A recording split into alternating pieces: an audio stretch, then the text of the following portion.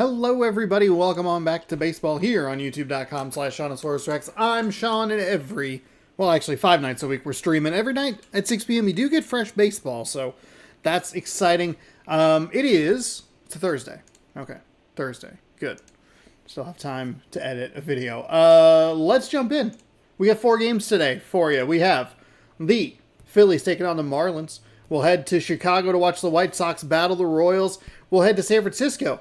Padres taking on the Giants, and we'll get a rematch of the very incredible 5-game ALDS between the Mariners and the Tigers in Detroit. That's your lineup for tonight. Let's jump in with that Orioles. What's it called game? Where am I looking here? Day 18, 17? Phillies Marlins. That's what we're looking at. Phillies Marlins. Controller. The correct controller. Bum, bum, bum, bum.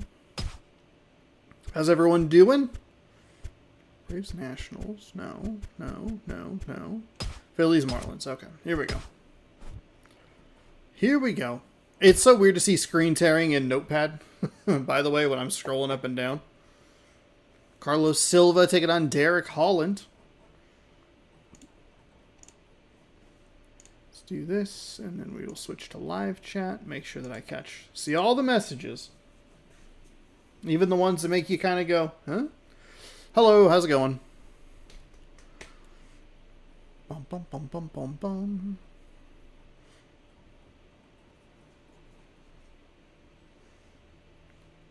Oh my god, the power of the PlayStation 2. Welcome to Miami, or Florida, for... I don't know, I feel like we've had a lot of Florida Marlins games. They are 8-6, taking on the Philadelphia Phillies, 11-3. Maybe what you should do is take stock of everything. All of them. Alright, let's see. Okay. Here's a Philadelphia Phillies lineup: right fielder Shin-Soo Choo, followed by Ronnie Belliard, second baseman, first baseman Justin Morneau, left fielder Fred Lewis, catcher Jorge Posada, center fielder Andres Torres, Brandon Inge at third base, Gabe Kepler at DH, and Nick Punto at shortstop. And I'm going to mute my camera here for just a second. My nose is all of a sudden bugging me. Okay, good. I was a little worried that I sat down and started streaming and it's like, oh, I have a bloody nose now. But we're fine. And then really quickly, we'll tell you about Derek Holland. The lefty is 0-1 with a 3.18 ERA. He has 2 games on record, 5.2 innings pitched. That one didn't even give me a chance. Didn't even give me a shot at that. Goodness gracious. I'm going to be able to get it on the replay. 8 hits, 3 walks, 4 strikeouts on the year. So Shin-Soo Choo will get things let off here for the Phillies. Seems like there's a lot of division matchups here early in the season. Maybe that'll ease up a little bit as we go through. They are making another Mario movie. Because the first one made $1 billion. Literally. That pitch misses outside for a ball, and that pitch misses inside for a ball. Quickly 2-0.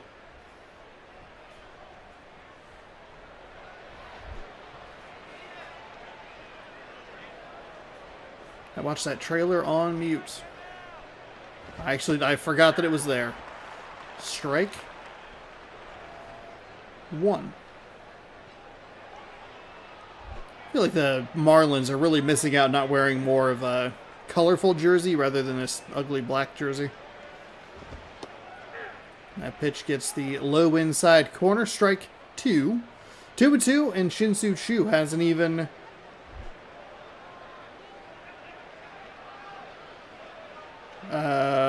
I don't know. That's... Oof. Shin-Soo Choo did not take the bat off his shoulder. He got 2 balls and a pretty good strike location on those last couple pitches. 92 miles an hour on the 4-seam fastball with no break. I have no idea. I never really think about the MLB The Show soundtracks. I think that they are kind of an afterthought for the people who make it. But I don't think any of the soundtracks for sports games have been good for years. Years and years.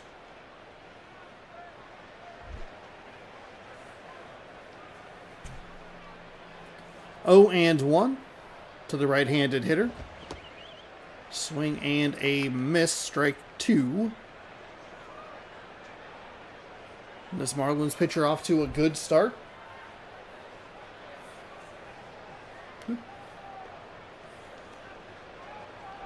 Good thing for me to look for this weekend would be some new headphones.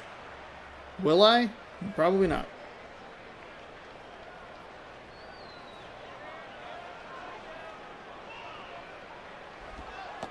That pitch misses way inside.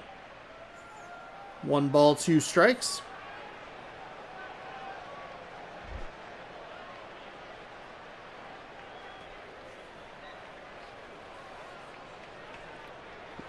Lefty fires. That's a really nice looking curveball. Gets him to roll over the top of it. Nice job fielding it there, and that'll be out number 2. It's a little weird when you see a pitcher throwing over to first base, but nice, strong, accurate throw.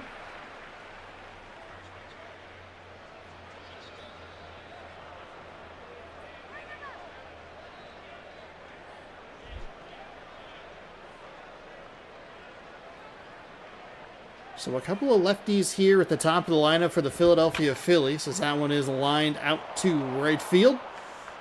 2-out base hit will keep this inning alive.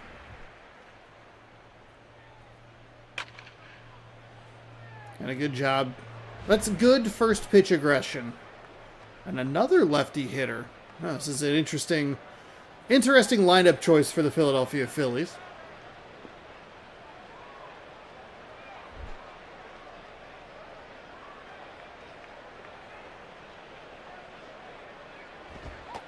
That's in for strike number 1.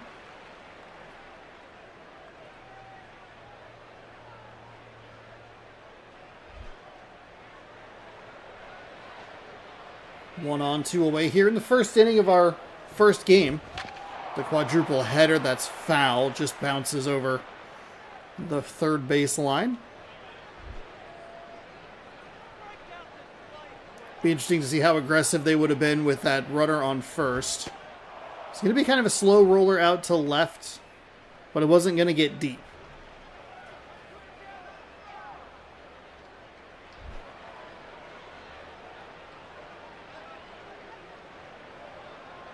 Lefty winds, fires. That one's going to get... Ooh, it's going to get out past the outstretched arm of the second baseman, and that will be the second 2-out single of the inning. Both of them coming from lefty hitters, and that sets up Jorge Posada, who has 2 home runs and 5 RBI early on in the season.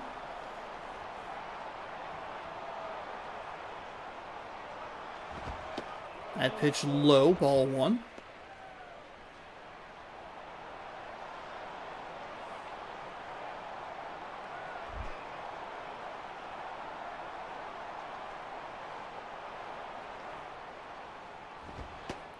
That one misses inside, ball 2.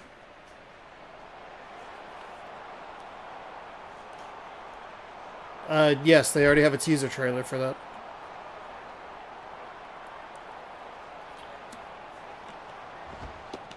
That pitch misses inside.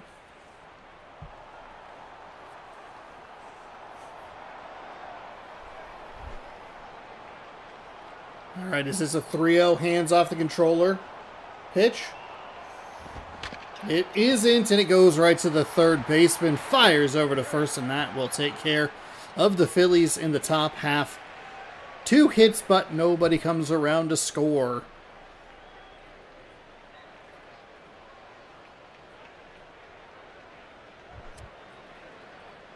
Coco Crisp, the switch hitting center fielder, will lead things off. Todd Helton, your designated hitter. Then it's Alex Rodriguez at third, Pat Burrell in left, Garrett Jones in right, Paul Konerko at first, Orlando Cabrera at shortstop, Jesus Flores the catcher, and Danny Espinoza at second base. Going to be interesting to see if that Helton average is up at all. He has not hit particularly well. I wonder if they've changed their lineup since the last time we've seen them. Your pitcher for the Philadelphia Phillies is right-hander Carlos Silva. 1-1 with a 6.75 ERA in 2 games. 5.1 innings pitched to 6.12, I think. I don't know why that is so quick. Yeah, it was 6.12. Hits, walks, strikeouts.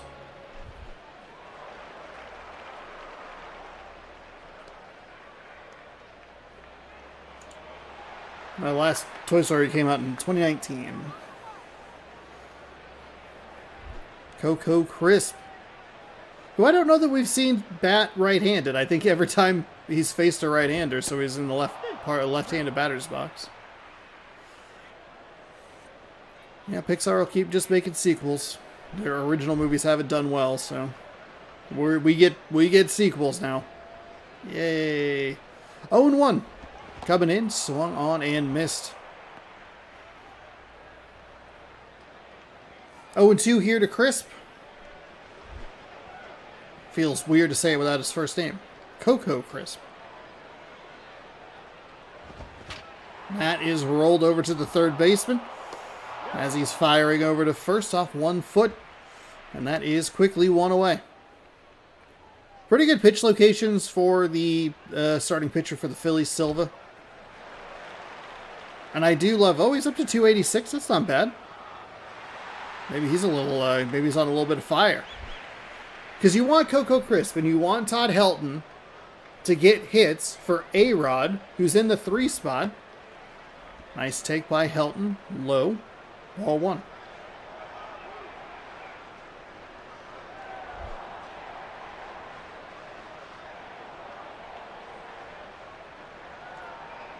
Winding and firing. That pitch misses low. Who do I think will win the game? Probably the Phillies. They have the far better record. I think Florida can be a little pesky sometimes. That one's fouled away. The Phillies, I believe, they're 11-3. And the Marlins are hovering around 500. Maybe a little under. Or no, they're 6-8. This one is driven out to right. Right fielder has a good beat on it. It's going. It's caught right at the warning track. And that will be out number 2. But Helton gives it a good ride, which is better than some of the at-bats we've seen from him earlier in the season. So Shin-Soo Choo gets the better of that one. Alex Rodriguez's average is lower every time we see it. Which is not an insult. It's a factual statement. That pitch is outside. Wait, can I run on?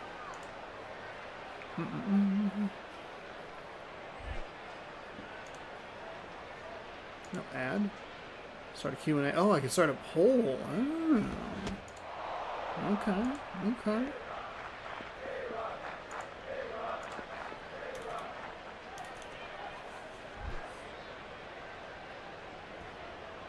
A-Rod looks at a 1-1 pitch from the right-hander with 2 outs. Swung on and missed. Nice location there. Got him to swing over the top of it. Philly is 11-3.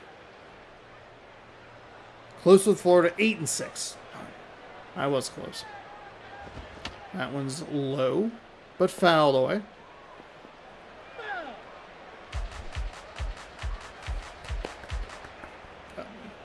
I was trying to clap along. You cut it off. That one fouled back. How's it going? Thanks for stopping by the stream.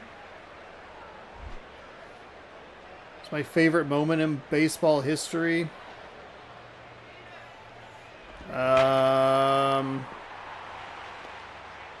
As A-Rod has a single out to left. Nice effort by the third baseman.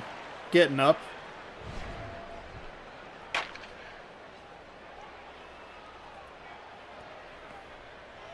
What? Hang on. Hold on. Can we take a look at that replay? Not a great high five. Excellent crotch adjustment. Hold on. Our angle on that was very weird. Sorry, this is an awful camera. Here comes the hit.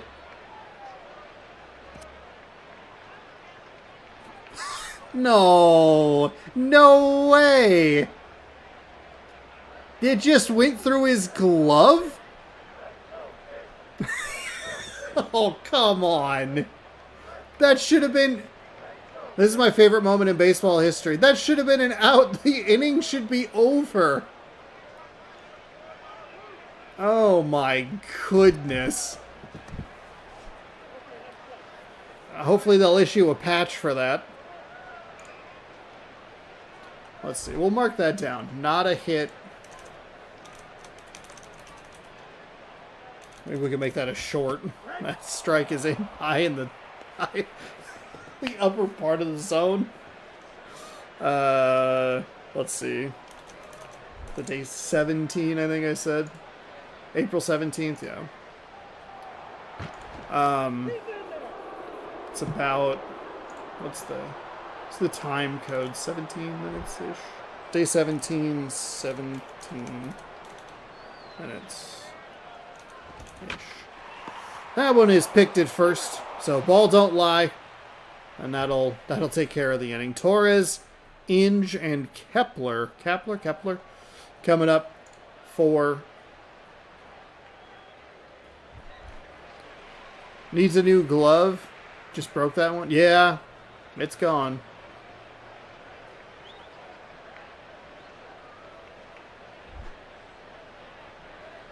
You know, we'll let San Diego. We'll let San Diego Studios know. Hey, it's gonna be a leadoff double for the Phillies. I don't think that one was as big of a problem.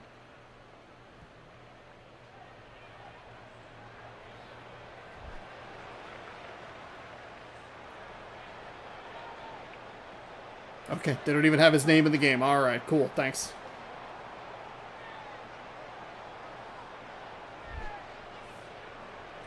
So the lefty gives up a leadoff double. See if Philly can capitalize on this. It's a good take right there. Pitch was going to be inside. It was going to jam him. Not going to do a whole lot with it. I think after some of those bigger swings, it's good to just, hey, settle down.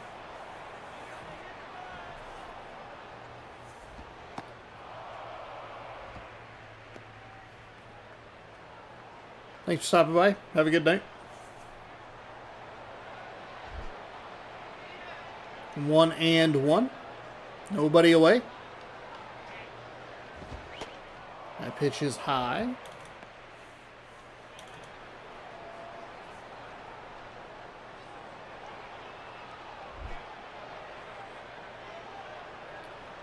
Good luck with the patch. 15 years. 15 years later. I mean, surely they keep track of these games.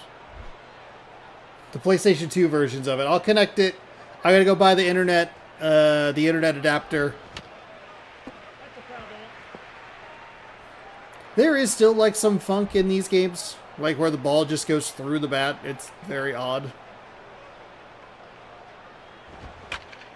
That one is rolled over towards first base. He'll fire to the pitcher covering. Runner does advance to third, so a productive out for the Phillies, who can now work with 2 outs to get 1 run in. He's a good guy to bring to the plate. Gabe Kapler. Good average. That's rolled. Oh, past a diving second baseman. Didn't matter. They were sending the runner home. The difference is 2 outs in a run versus 1 out in a run. Do I know the game Kingdom Hearts? Yes, I do.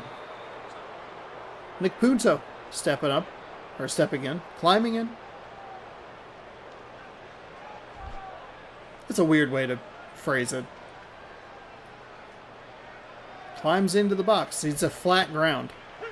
Climbing to me implies there's some level of elevation change to get to a place.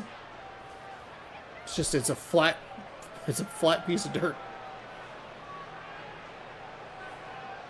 Lefty winds and fires. That pitch sails inside for a ball.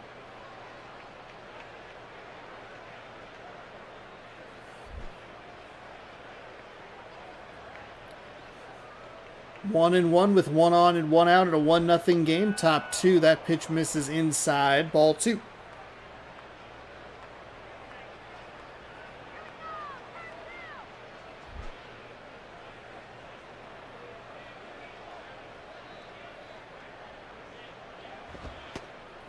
There's a nice strike to even things out. 2-2.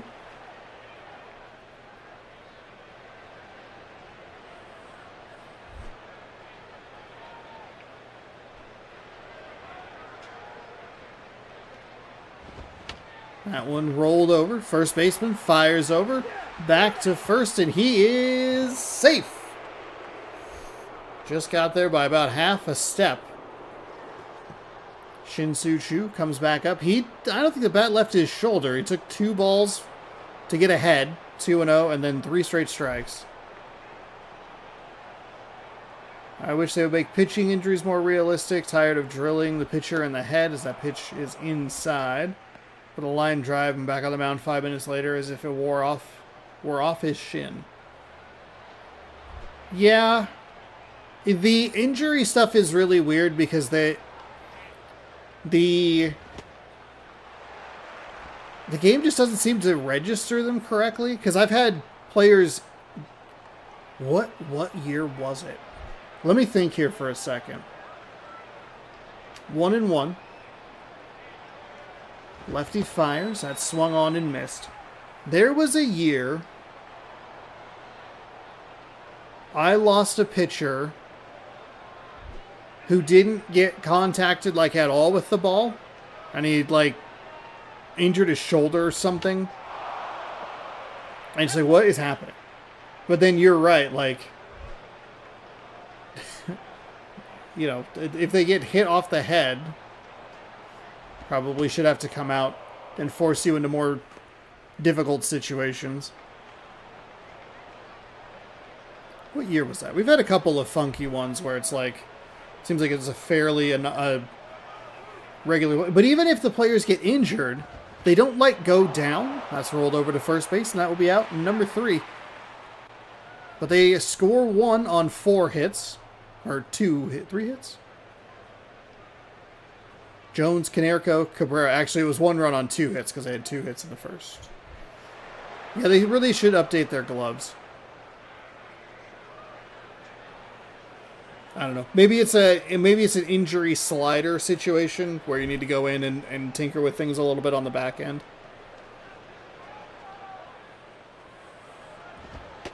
But yeah, when they get injured, they still like finish the play perfectly fine. But we've seen, you know, guys in the outfield go down and people just keep running.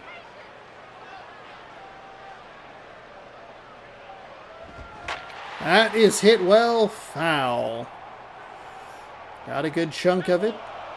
Right fielder takes a look but can't get it. 1-1.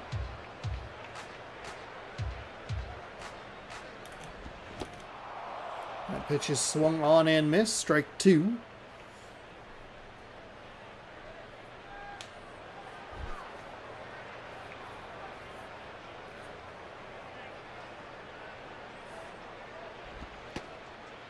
Pitch is low and outside.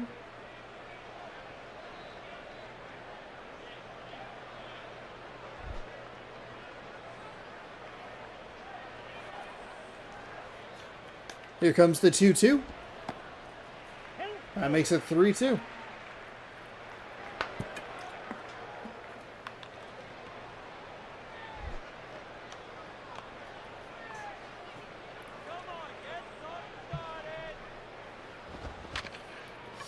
Rolls over the payoff pitch. That'll be fired over to first.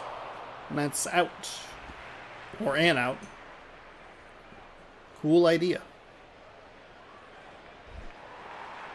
Paul Canerco.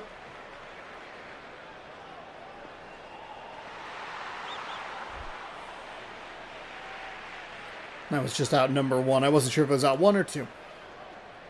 Number 1. That one is hit well and foul. I have no idea.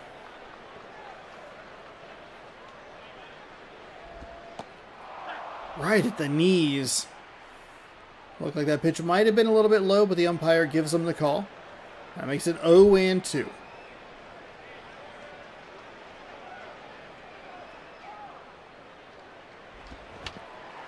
Forces him to swing at something just close to the zone. And that is out number 2. He has to protect with 2 strikes. Rolls over to the third baseman.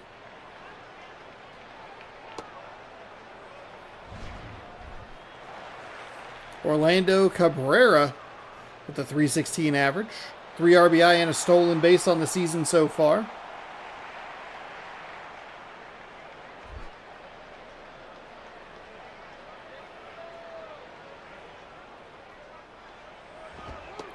That pitch misses upstairs.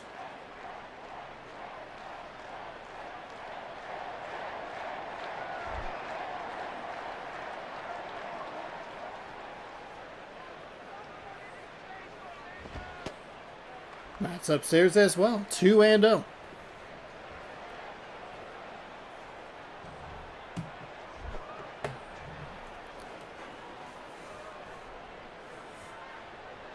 Righty readies and fires. That one misses inside. 3-0.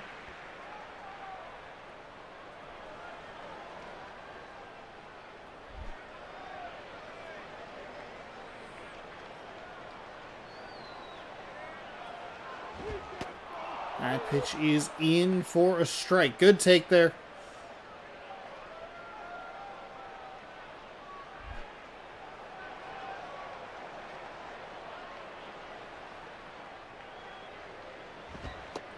And that one's low. Okay, ball 4. That'll put a runner on with 2 outs.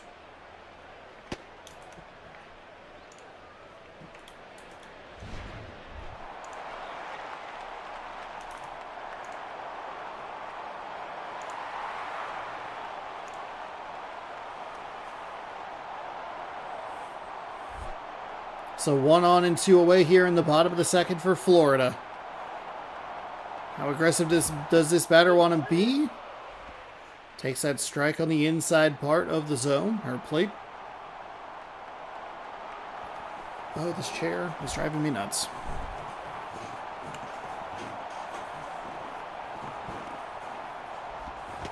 Ooh, a big swing and a miss. You have a 101% chance.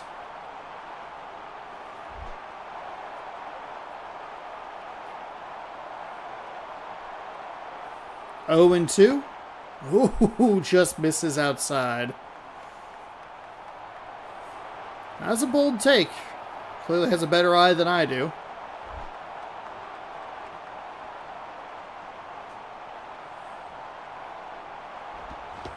Swung on and missed. So that'll retire the side. The walk does not come around to hurt them. And it'll be 1-0 heading to the top of the third. Belliard, Morneau, and Lewis, the 2-3-4 hitters coming up for the Phillies.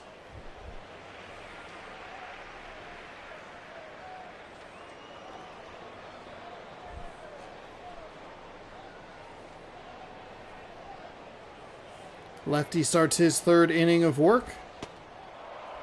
That one is in for a strike.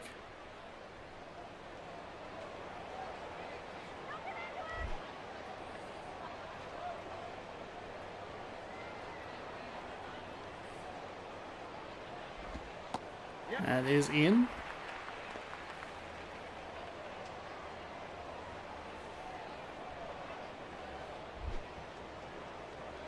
I think I missed. The first one was a ball. I think I said strike. Either way, it's 1-1.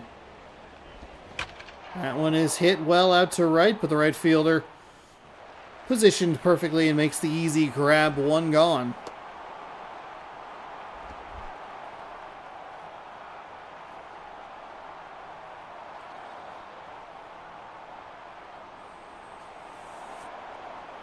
So Morneau steps in.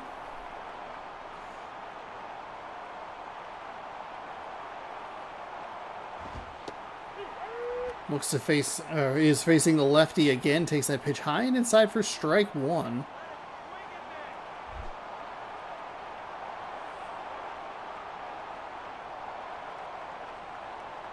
Lefty. Ooh. That one was not in the air for long. Kind of a funky spin there. 0-2.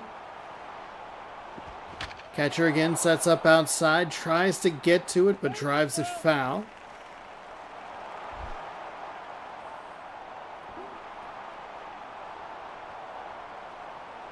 Now he sets up inside. That pitch misses.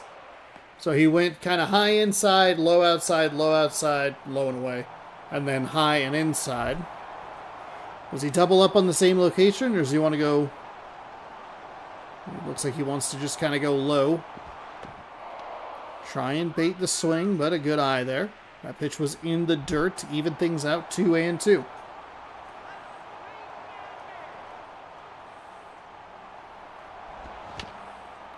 Ooh, ran out of patience, lucky to get a piece of it and stay alive. 2-2. Still.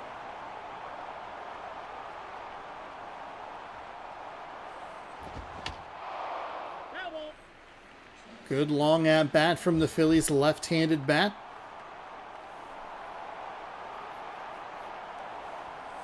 Couple foul balls leaves us even. Here's the 2-2. It's well outside for ball 3.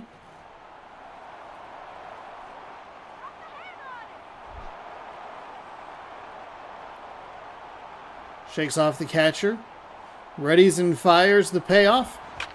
That is, they got under it. Right fielder again in good position to make the play, and that's 2 away.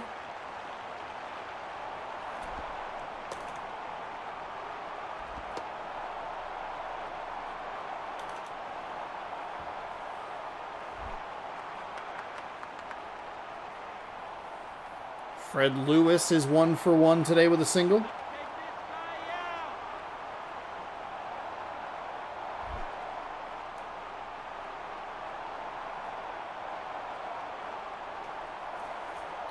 The lefty winds and fires inside.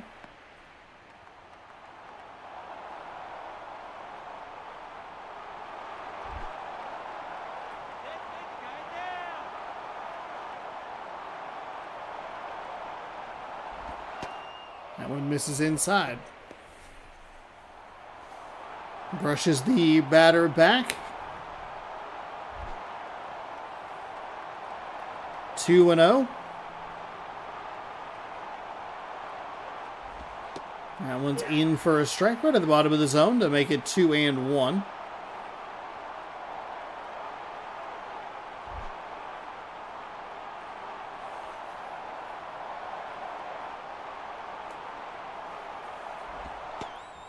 That pitch is inside for ball 3. So he hasn't really been close on the balls. They've been very easy takes so far. Hitters love to be aggressive here. 3-1, and he takes it low for ball 4. So, a 2-out walk. We'll see if they leave him in. They are not. They are going to bring in a right-handed relief pitcher who is apparently making his season debut.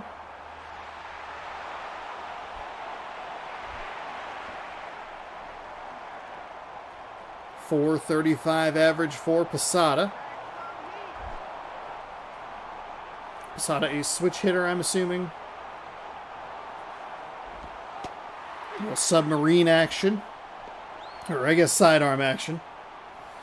Cal was so very close yet so far from getting MVP, 2 first place votes away from Co. Yeah, that kind of sucked.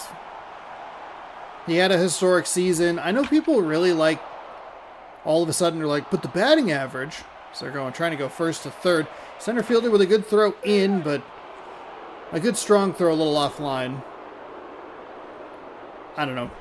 Raleigh plays such an important piece defensively, trying to work that pitching staff through the game, and he is very good at playing catcher, and I just don't think he gets enough credit for that. Catchers probably in general just don't get enough credit for what they do. But it's a flashy average. It's the only time anyone cares about batting average. I would have been okay with co-MVPs. I just don't think writers are. I think they're snobby. That pitch misses low.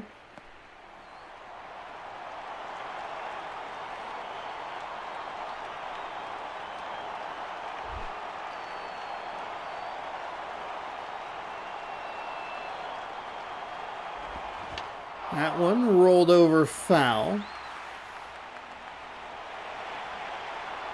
A 2-out insurance run here would be huge in the top of the third. That is not going to do the trick. It stays up in the air just a little too long. So Phillies threaten, but don't have enough wiggle room to drive anyone across. Espinosa, Crisp, and Helton. Last chance for Florida. If they can get a hit or two, maybe a walk in there, can get... actually, A-Rod's in the 3 spot, so you can get Alex Rodriguez on deck. And he could be a winning run. Well, he would have to be a winning run. Ball misses low. 1-0.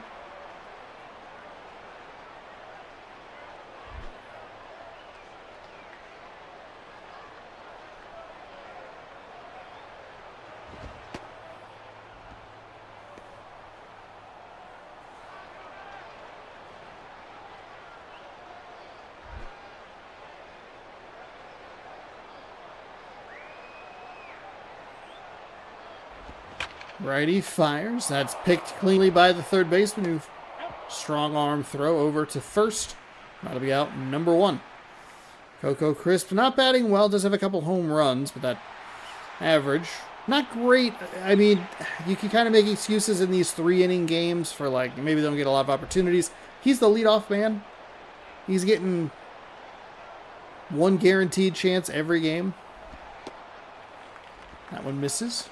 Ball 1. Very excited to see what Cal Raleigh does next year.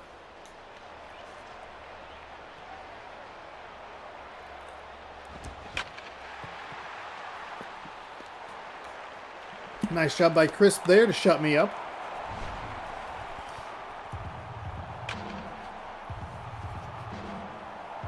Gets on the pitch outside. Able to drive it.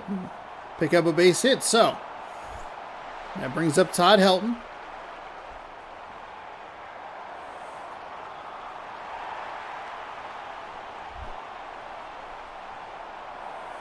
Helton, one good swing away from ending this with a come-from-behind victory. That pitch misses outside.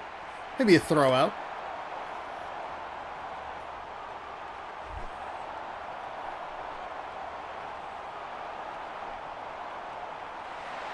They're going for the steal. Helton takes, and Crisp is in easily. Just like the least amount of problem.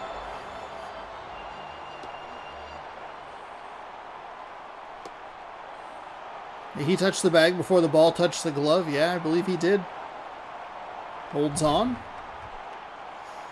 So a runner in scoring position for Helton with 1 away. Looking at a 2-0 count as the ready winds and fires.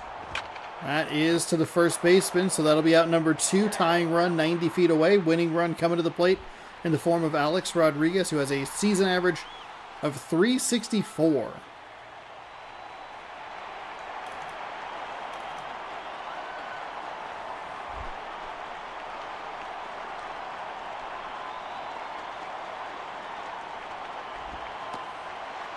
Which misses low.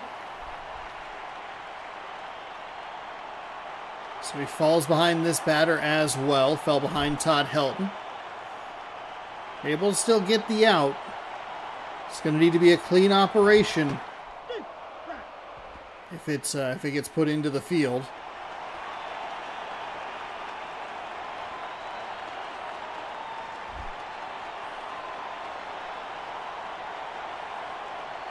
Righty readies, fires, and A-Rod takes a strike at the knees. 1 and 2. Marlins down to their final strike here against the Phillies.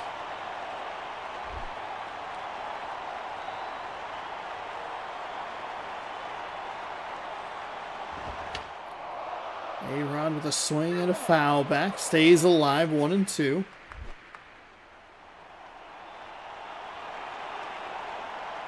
Welcome back. That is hit well foul. I do love the catcher just kind of waiting. I guess I'll let you watch that.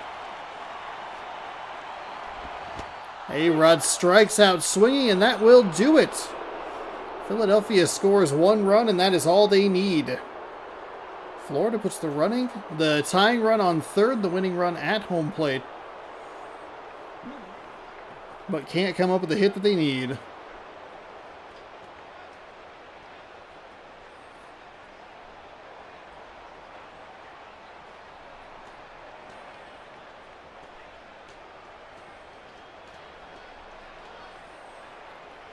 So we get some after game scenes. Carlos Sylvia, your player of the game, 3 innings, 2 hits, 2 strikeouts on the day. The 1 run was scored in the second. Sylvia improves to 2-1. Derek Holland falls to 0-2. No home runs. As the run was scored on a light hit. And that'll do it for our first game of the day. Let's head to the south side for a matchup of the White Sox and the Royals. And then we'll head out west, and then we'll head back to the Midwest.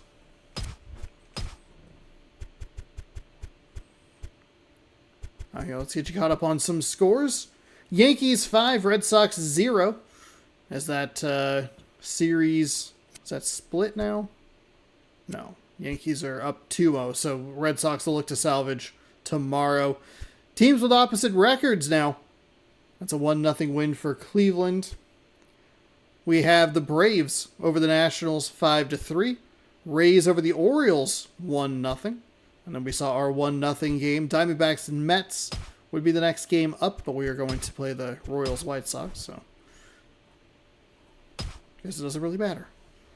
Chicago White Sox take it on the Kansas City Royals.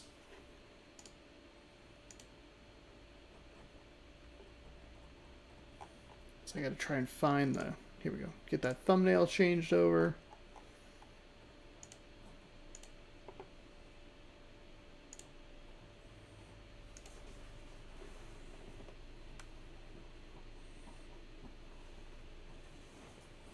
Very heavy right-handed lineup for the Chicago White Sox. Might mean that there's a lefty on the bump for the Kansas City Royals as we take a look at U.S. Cellular Field. The 8-5 Royals take it on the 7-7 Chicago White Sox. So, White Sox win here would be big for them. Royals would still be up a game on them just due to the 15 games versus 13 games, 14 games. 8-5 is 13, 7-7, 14. Okay. Oh, we can skip this to the lineup. Austin Jackson, the righty, in center. Palacio. I'm thinking of Jorge Polanco. My bad. Third baseman, Placidio Polanco. First baseman, Mark Teixeira. Travis Snyder in right. Brian McCann behind the dish. Alexi Ramirez, the shortstop. Josh Willingham, the left fielder. Neil Walker, the second baseman. And Alex Gonzalez, your designated hitter.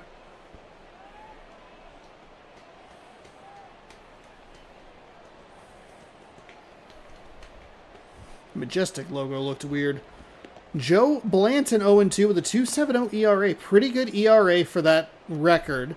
He has 6.2 innings pitched, so he's throwing the ball pretty okay for a guy who's 0-2. We have that every once in a while on the Mariners, where we have a guy that just has a bunch of losses, but like still a pretty decent ERA. He's given up 10 hits, walked 1, struck out 6.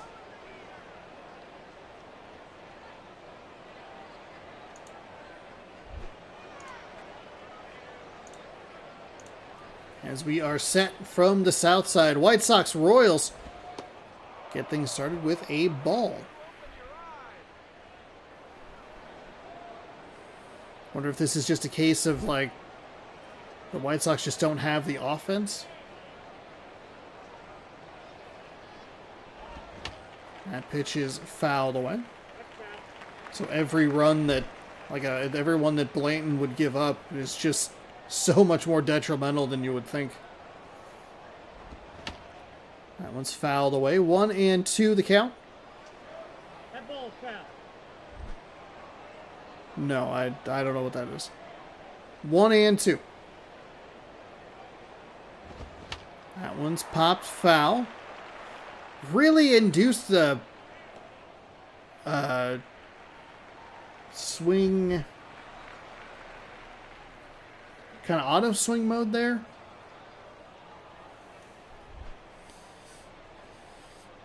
He threw the ball low. It was kind of close to the zone, but then just got 3 foul balls. One of them just kind of popped.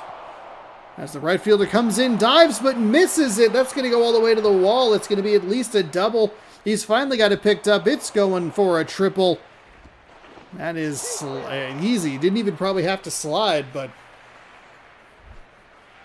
that's what happens when you miss that diving catch. We've seen a couple of them where it just kind of gets knocked down, but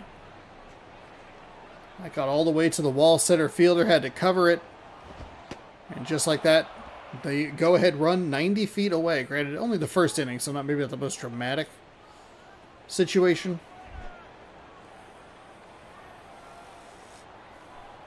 As we look at the 1-0, that pitch misses outside.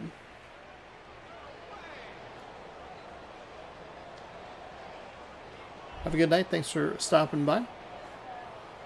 2-0, runner on third. Teixeira fouls that one away.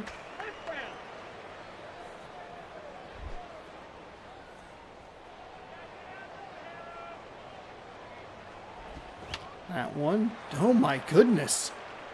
This pitcher has done a terrific job inducing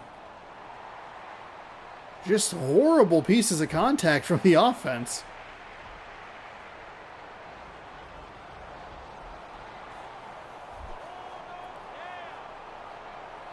The 2 outs for Chicago have not gone more than like 15 feet from the dish.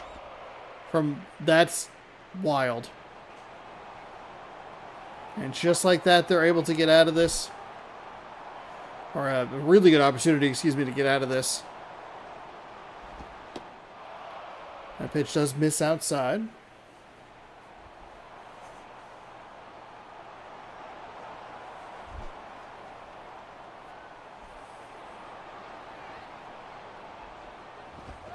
Swung on and missed. That pitch stayed high. Makes it 2-1.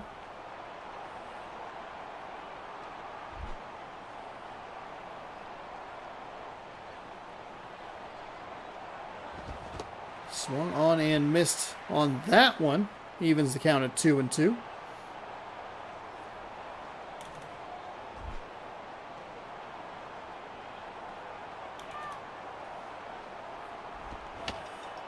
Fouls that one away. Looked like that was going to hit the dirt, but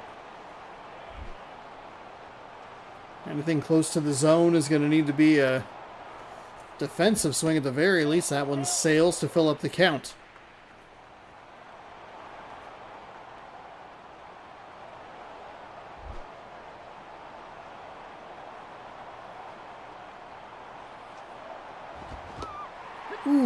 Ooh.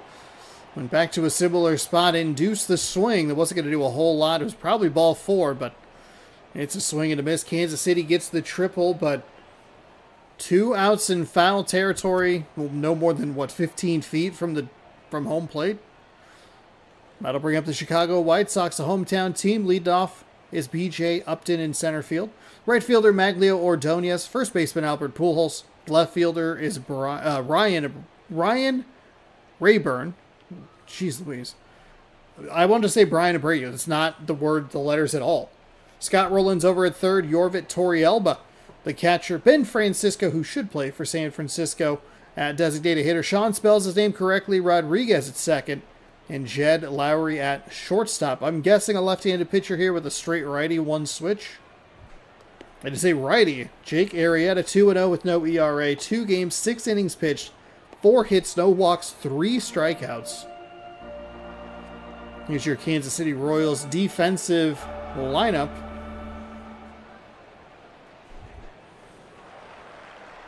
So this is an interesting lineup. I wonder if the White Sox just don't have anybody, any lefties. I don't think that this game cares about that.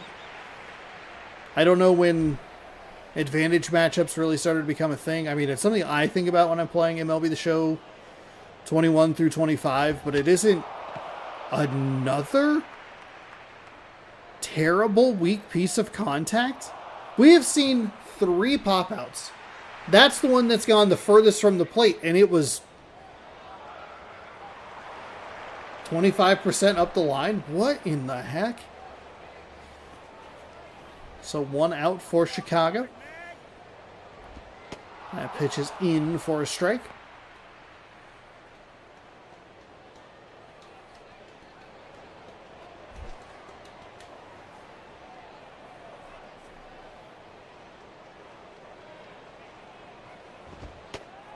That pitch is in.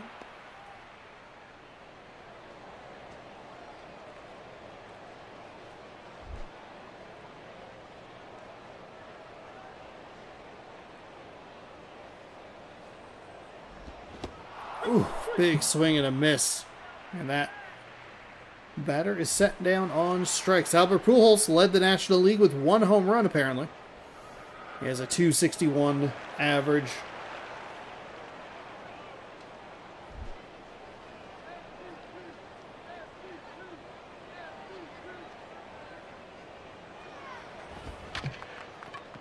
He'll ground out to the first baseman, who bobbles, but able to flip in time for the out.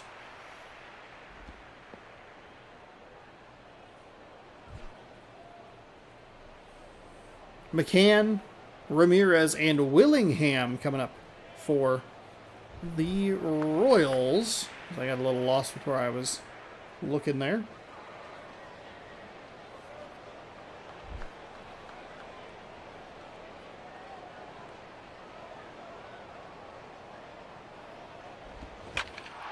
Popped out to left field. This one's going pretty far. And that will be out number 1.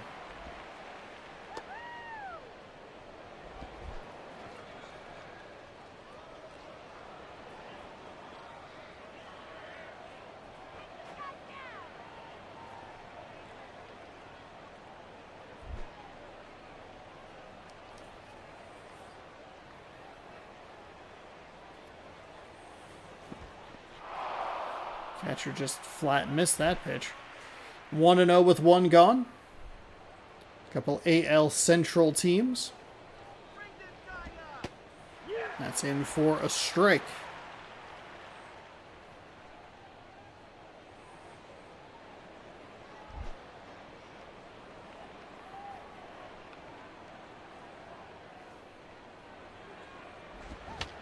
That one, that's going to get through. That was a pretty weak sound of contact there, but able to roll it between the gap and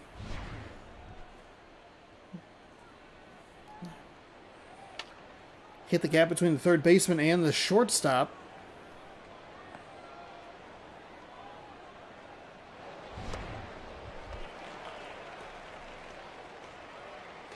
So that'll bring Josh Willingham to the plate. .313 average, 4 RBI on the season.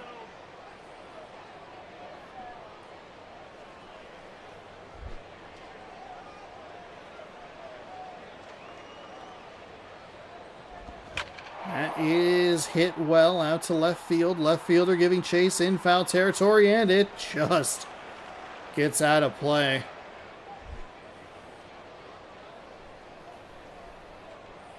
Just a long strike. That pitch misses outside. Evens things up, 1-1.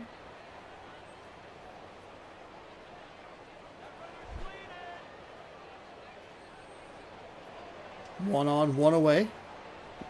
The righty, oh, that's a beautiful pitch. That looked really good coming in and then just fell off the table. Big swing and a miss. 1-2 now.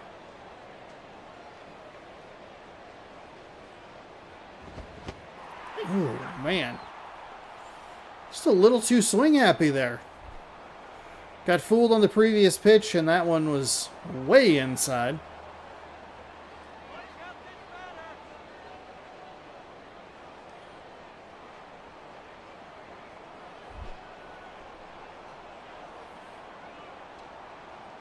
Readies. They're going to go for second. Throw down is not in time. Safe. So the Royals aggressive on the base paths. And they are rewarded with a stolen base. Really delayed tag there as he looked. And it's like, oh, he's between my legs. Whoopsie daisy. And the pitch was for a ball, so kind of a double win there for the Royals as that one is hit past the diving third baseman. They are going to try home. It is way up the line. How on earth was that throw that bad? He had him by the mile. That throw was horrible. That throw was so bad I thought he threw to second base. So that'll be a 1-0 lead for Kansas City here in the top of the second on one of the worst throws that we've seen. 1 on with 2 away. Big swing and a miss as that pitch was set up to the left-hand side. Dove in toward the right-hand side. It's effective, but not what you're looking for. That one sails too far outside. So a little inconsistent here from the pitchers. Not the most surprising thing considering that the pitchers just have not been consistent all season. That's going to get down into right. That's going to get through the gap all the way to the wall. They're going to send him home, and he's probably got it. It's going to be an RBI double with 2 outs. 2-0 Royals.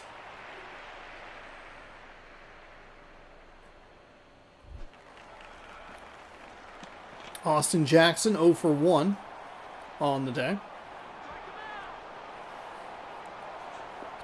But does have a runner in scoring position, and the Royals doing a good job. I mean, Kansas City. Chicago only able to get 1 out at a time. They aren't able to work any sort of double play. You can really see how lucky they got with 2 of the 3 outs being in foul territory in the top of the first. Kansas City's done a good job at taking advantage of some pretty poor pitching at times. Righty winds. That one's rolled over foul.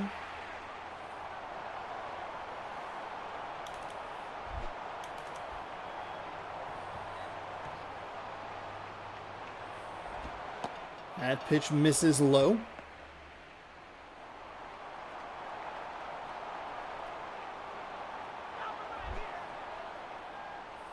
One and 2. Runner on second with 2 outs. That pitch sails high. Good eye. Probably would have gotten me. Not the most complimentary to myself or the fake batter at the dish.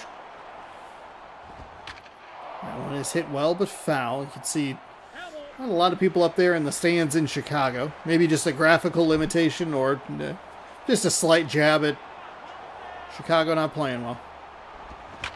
That is out to right. Well positioned, makes the catch and ends the inning. But the Royals score 2.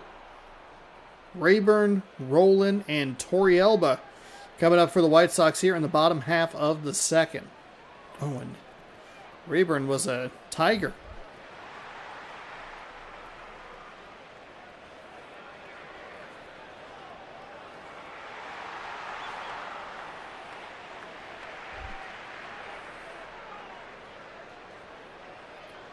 The righty nods his head at approval.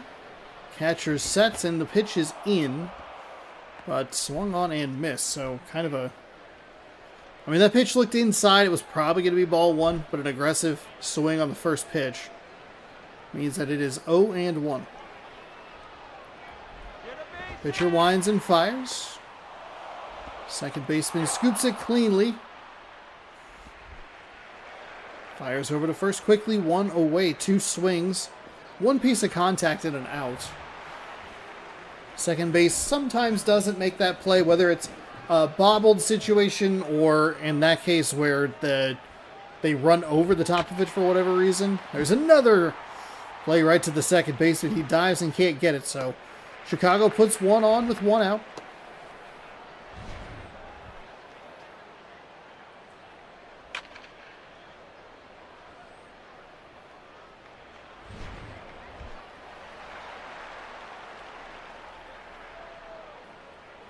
Yorvit Torrealba stepping in.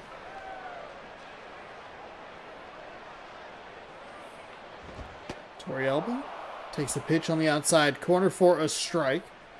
0-1.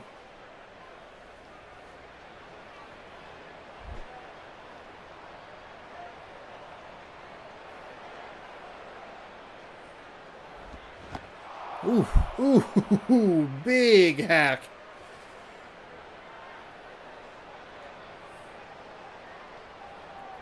Makes it 0-2.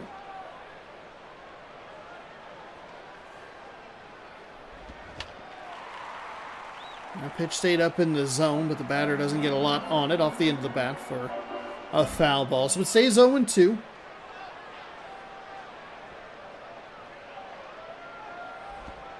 That pitch is inside.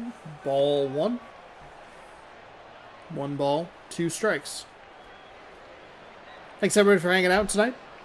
Hope you're having a good week.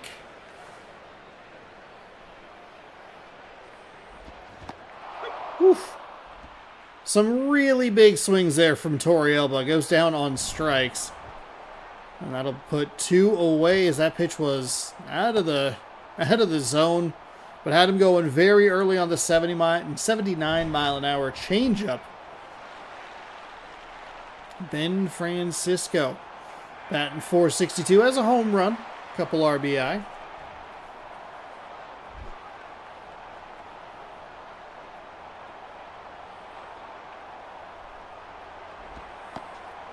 That surprisingly didn't get the inside part of the zone. It was kind of a late breaking pitch on the inside, so I think you can see why it would be called a ball.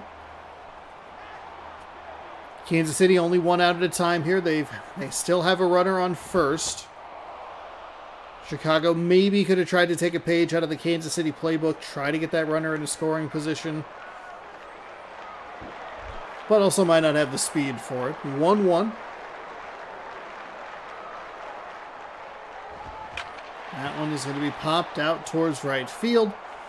Plenty of air under it for the right fielder to make the catch.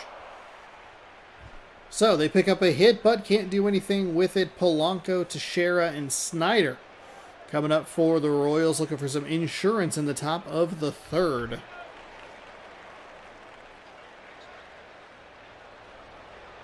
Placido. I always read it too Americanized. Too many syllables, just like hacking into it and ruining his name. That pitch is inside and misses. Ball 1.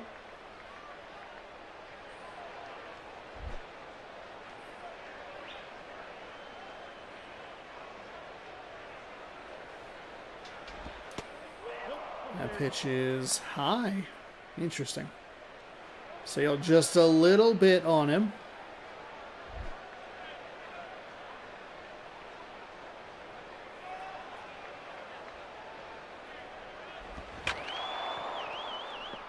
That's a nice hit as it gets down all the way out to the wall. Hustles around the bag at first and stand up double for the Royals to lead off the inning.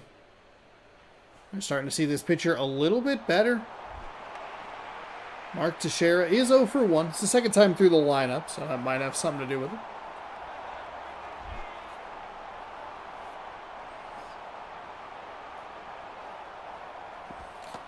That's in for a strike at the bottom part of the zone, 0-1.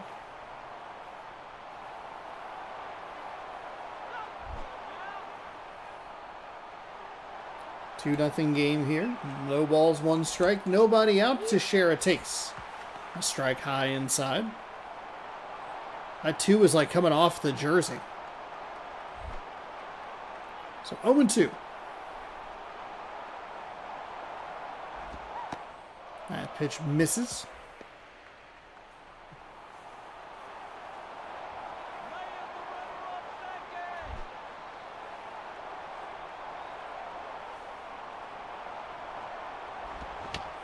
That one is rolled over. The batter or the runner on second. The runner on second didn't make a move to third, and the pitcher just took forever to throw that ball. Let's take a look at that replay. I mean, he does not have speed.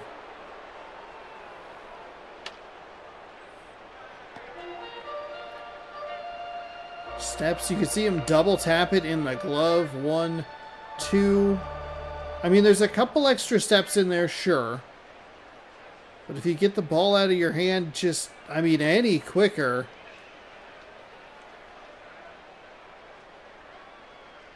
Is he safe? I mean, ball hasn't even really entered the frame. What a bizarre play. So instead of Kansas City having 1 on, 1 out, they have 2 on with nobody out in a 2-0 game here. Top 3.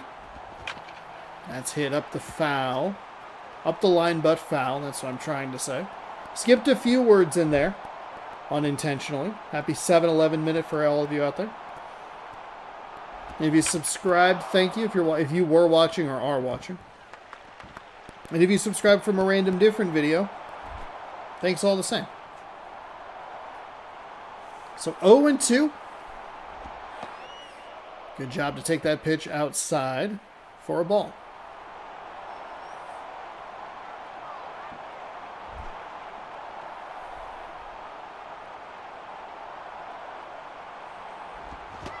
Swung on and missed. So strikeout. Or a strikeout for the first out of the inning. Still 2-1, but kind of an okay spot for the Royals if they can, or for the White Sox, excuse me, if they can induce the ground ball double play. They can still get out of this. No damage done.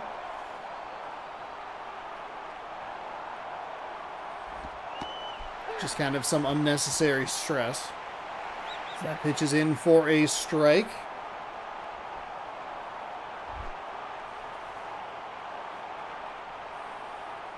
Oh and 1. 2 on. 1 out. This one is hit out to left. Runner retreats back to second as this one is caught at the wall. He will advance to third. Man, that is a solid piece of contact that just he could not get to go far enough.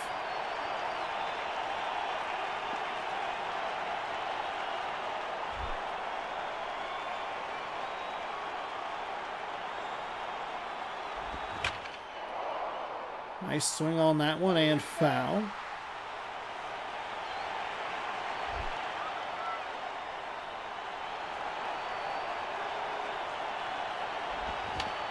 That one's rolled over, foul. Runners on the corners here with 2 away.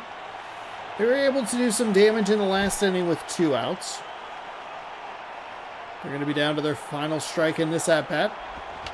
This is a very weird way to say that because I forgot that they were the away team.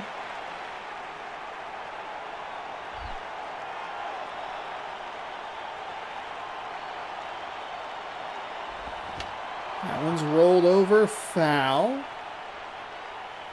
So the batter stays alive.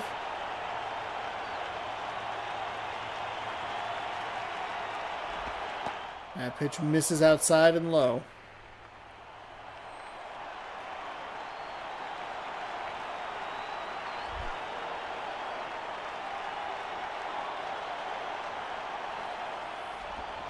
That one's fouled away. So doing a good job to stay alive here with 2 on and 2 out.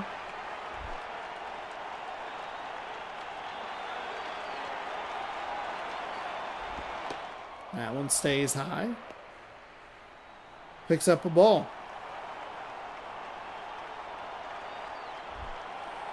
2-2. This has been a really nice at-bat. Started a little bit rocky, and he's, done a good job to just get a piece of it. Just stay alive.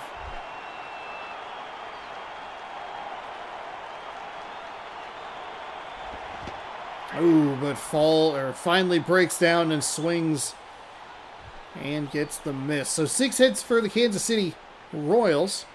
2 runs. White Sox, their final 3 at-bats. Rodriguez, Lowry, and Upton coming up to hopefully keep this game going for them.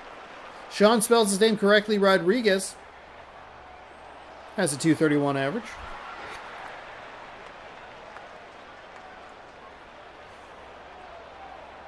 The righty rocks back, fires.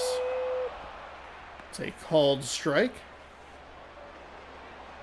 I think more than likely he held back the swing there. I think it's just a good location. It was going to be a strike either way. That one misses way outside.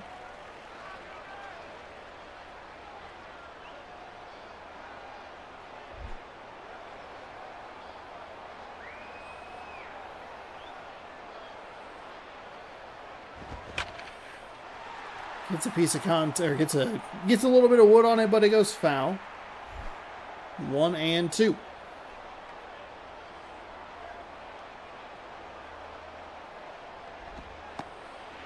Pitch misses low.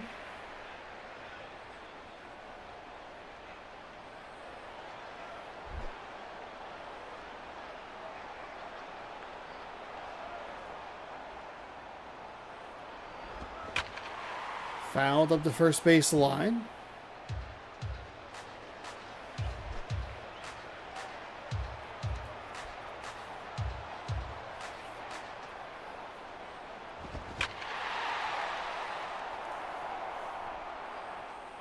That is a foul ball.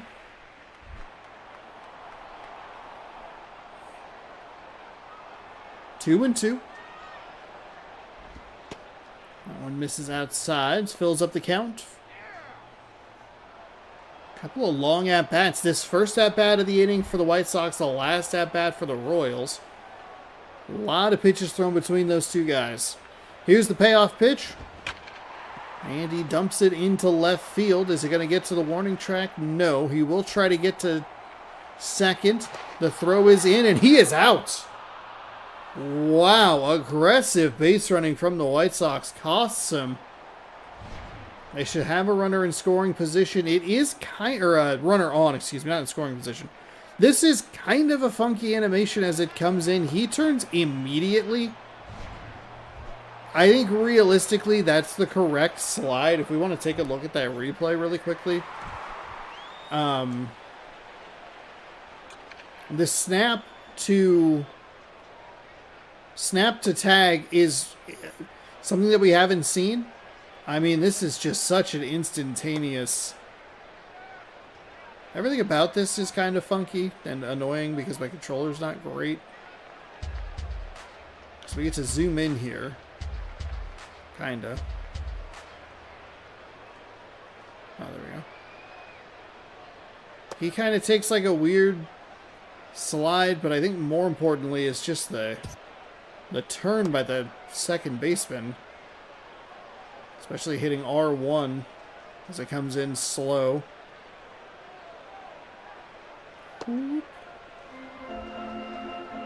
Huh.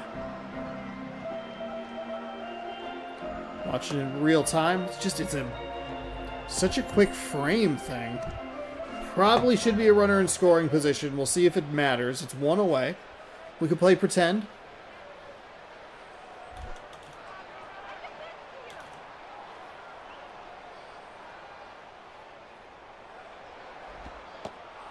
That's in for a strike.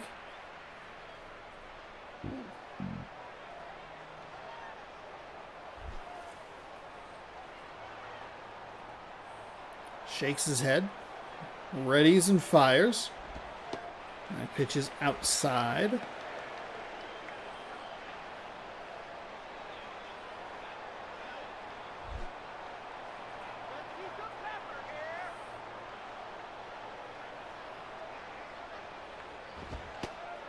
That one misses.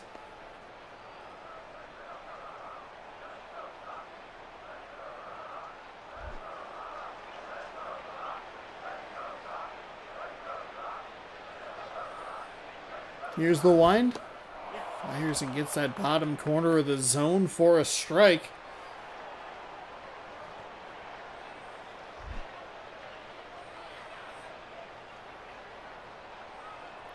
Two and two. Sets up inside again. Gets it to go foul.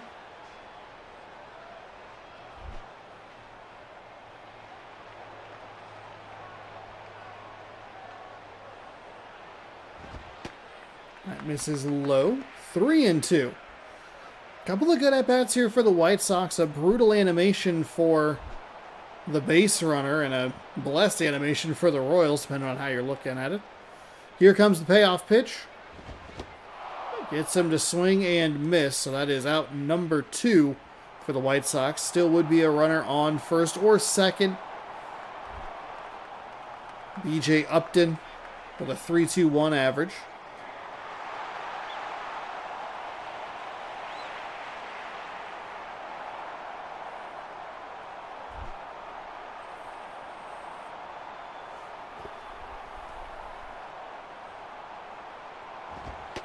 That one stays outside for a ball.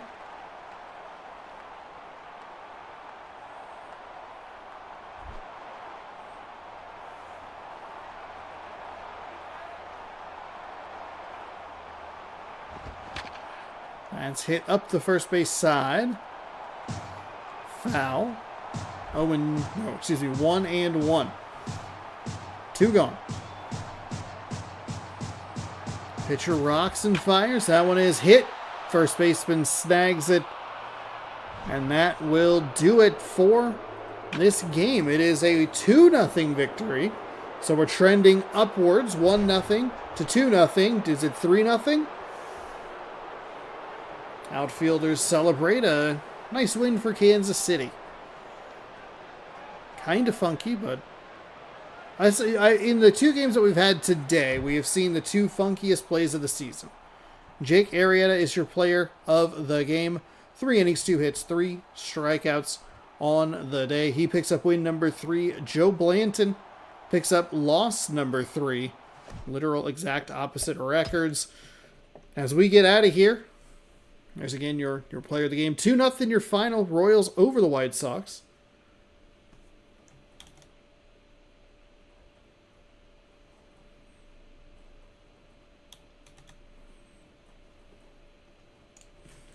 So we wait for this to load.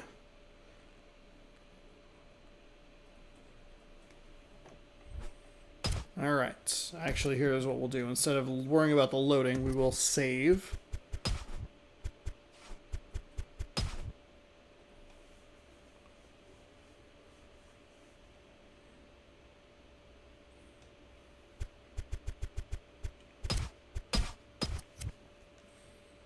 Save our 3-inning season.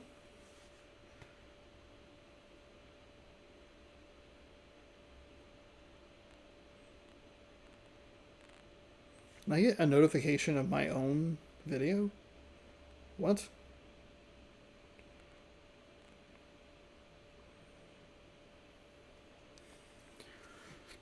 We did get a confirmation. Red Dead Redemption coming to next-gen consoles, which is kind of wild. The original one.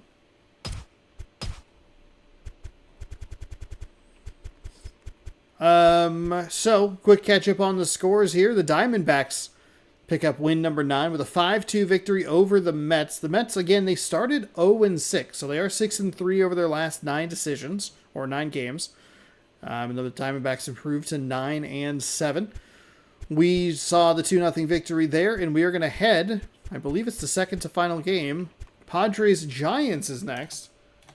So I double check my notes. Yes, Padres Giants, and then Mariners Tigers. So we'll go ahead and play that, and we'll be able caught up on all the scores and all that good stuff. Josh Johnson 0-3 versus Paul Maholm 1-0. 1-0 with a 9.82 ERA.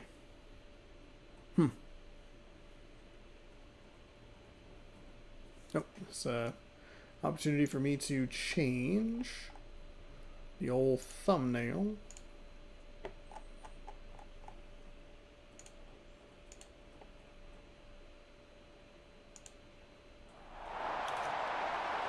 Welcome on into San Francisco, AT&T Park.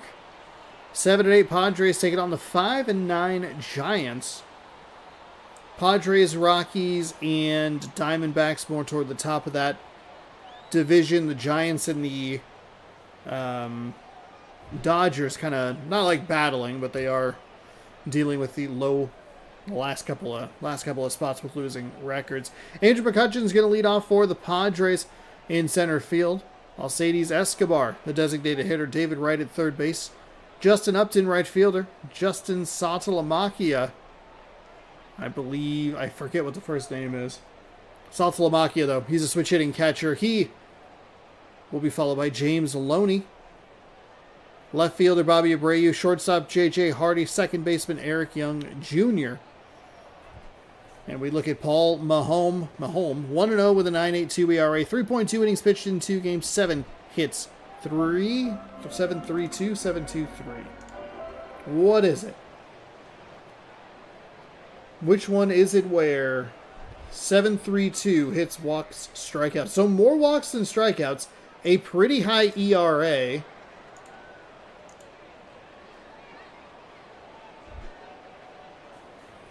But a winning record. It's a left-handed starting pitcher for the Giants. It's going to get us off and running with a strike in game number 3 of our quadruple header. We'll be back tomorrow with more baseball. Friday night, 6 p.m. Pacific time here on the channel. And then Saturday, we're going to be picking up mini seasons. We'll start that. And that should end around the end of the year. That one misses high. I need to actually get that video prepped and ready. And then episode 2 I've already recorded. And that is up on the back end. But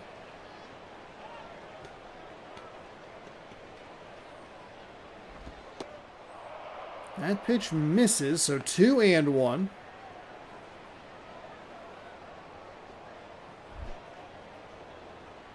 Nobody gone here.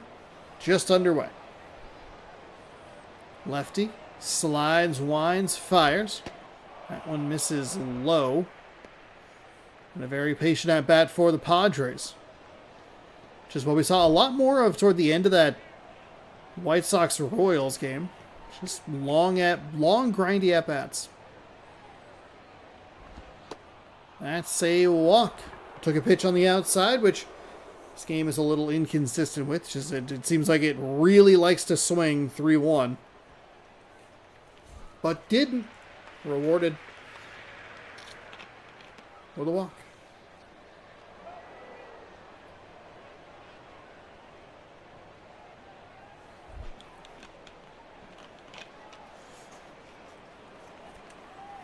So I pointed out that he has more walks than strikeouts on the season. Promptly walks a batter.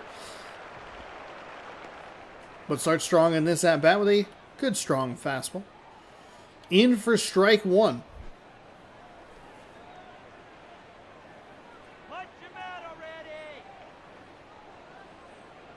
Lefty fires that one. Diving third baseman. Did not need to dive on that. Don't know why he did that. I'm sure he had it if he just kind of stayed on his feet. He like dolphin dived over it.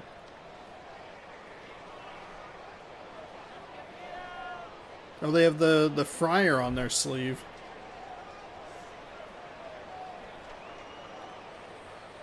Could have been a double play. They would have most likely at least just gotten the lead runner. So instead of 1 on and 1 out, it's 2 on, nobody out.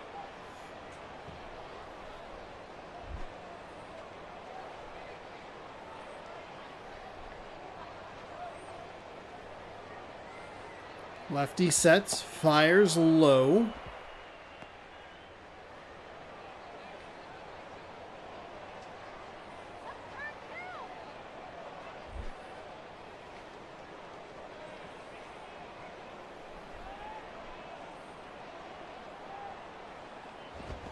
Another pitch from the lefty is fouled off.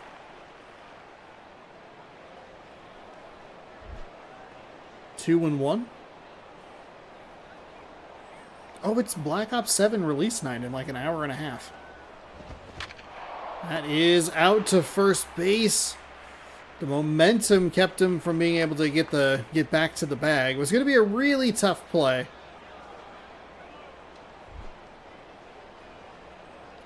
But a good job to not advance the runner's double play. Still a possibility here for the lefty. Upton looks at that ball low.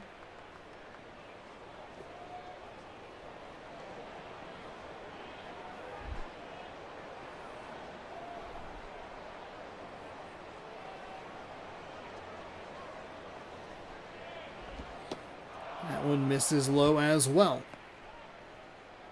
Pitching a little cautiously perhaps to Justin Upton, who could burn you, but do you really want to load the bases with 1 away? How aggressive is the batter here with this 2-0? Pretty aggressive. It's going to go to the first baseman. Over to second, back to first, not in time, safe. So kind of a long developing, it is a long developing play. And it was safe. Jared. I knew I had the name wrong. Jared Saltalamacchia.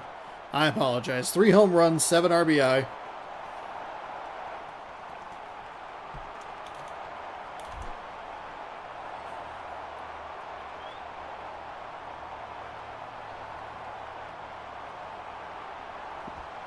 He has a very firm, like, flip down once he's ready.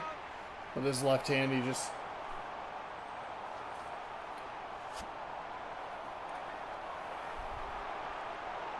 Oop. Might have bumped a cord with my foot there. See if that shows on. Sure it does. That pitch is in for a strike. Yep. My bad. Thankfully, we did just save, so. And we're only in the top of the first. Not the worst situation in the world, but. Saltalamacchia takes the ball up high.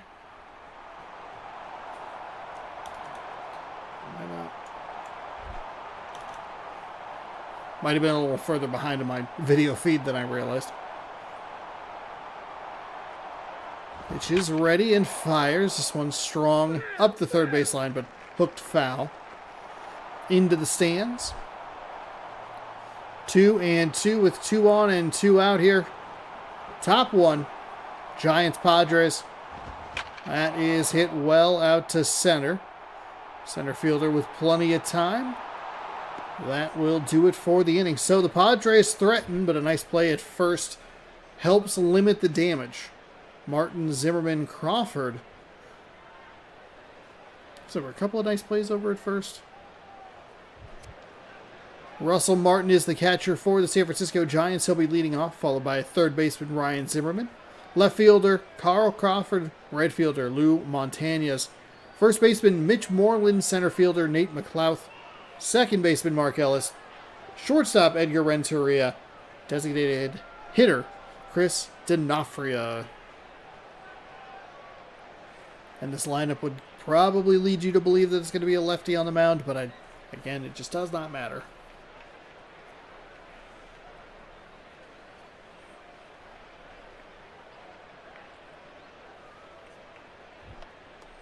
Josh Johnson's 0-3 with an 11-12 ERA, 3 games with 5.2 innings pitched, 8.39 hits, walks, strikeouts. As we take a look at the defensive outfield. I love when I close out of an app and immediately jump back into that app. Russell Martin going to lead us off.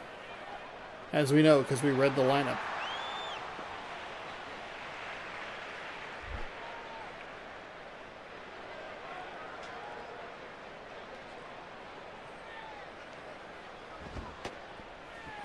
That pitch taken high.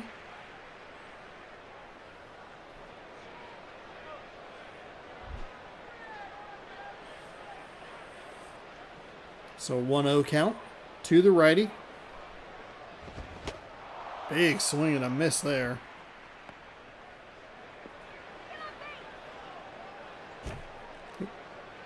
Wrapped by Knuckles.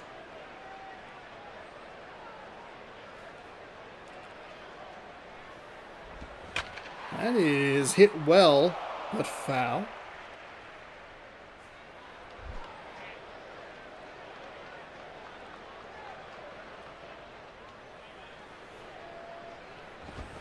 And gets it off the end of the bat. That's to the first baseman who steps on the bag for out number 1.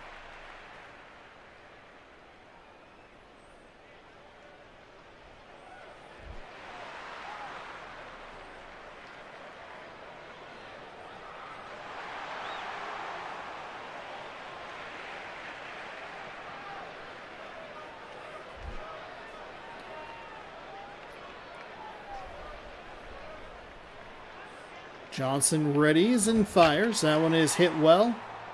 Out to left center. Chasing and finds the ball on the warning track. 1 swing, 1 out. That makes out number 2.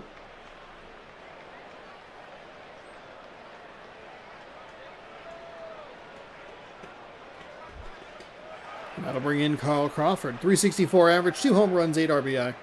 4 stolen bases, so keep him off the base paths with those 4 steals. We're only on, realistically, like it's day number 17, but it's more day 16. So we did have that opening day game back on the 1st, so.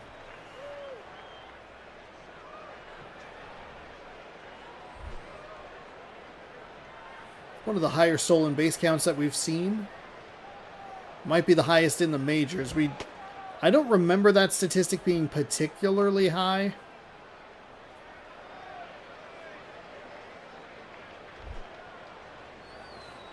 Two and oh. With 2 gone here. That one stays outside for a 3-0 count. I don't think this is a guy you want to put on again. He's got those 4 steals.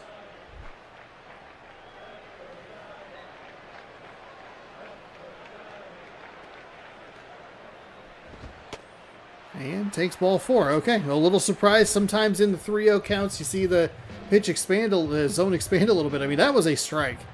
96 mile an hour fastball right at the top of the zone. I thought it was a little.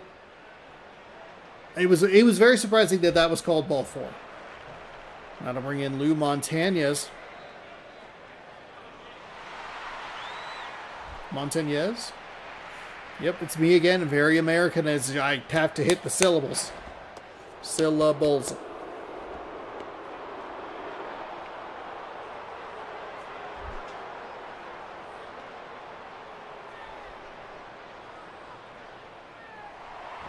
They are going for the steal. Got the pitch out. This safe. Really? I mean, Crawford's not the guy you wanted to put on base, but how was that safe? How was that ball 4? How was that a safe call? What is happening with the umpires in this game? Is it falling apart? That right hand is definitely in there. Okay.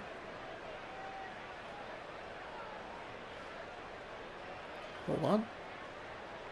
Why is everything inverted? Yeah, it's in. Wow. I mean, it looked like they had him dead to rights, but we've said that before in this game, where it's just it was the attempted throw out at home, where like the throw was so bad it looked like he was going to second. Strike. That must have been on the swing, because I don't think that was that close at all. We don't get that animation where he points over and goes like check swing, like that was not, or whatever. Big swing and a miss on a pitch on the outside.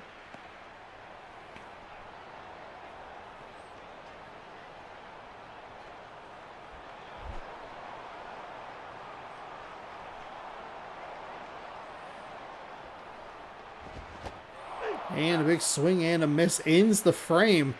Looked like a pretty hittable pitch, but couldn't get to it. San Francisco strands one after a walk, and a steal puts him on second. Loney, Abreu, and Hardy coming up for the Padres here, top 2.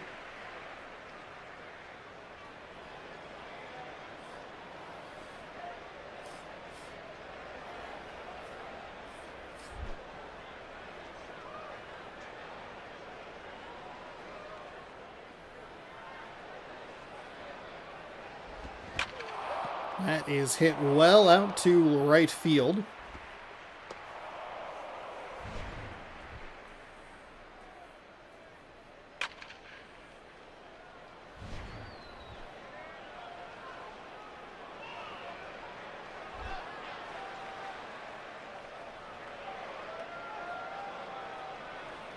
Bobby Abreu steps in.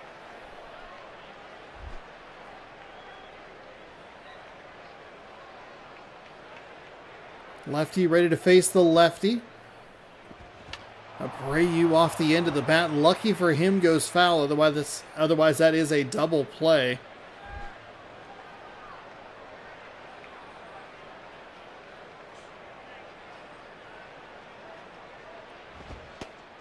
Pitched inside, ball 1.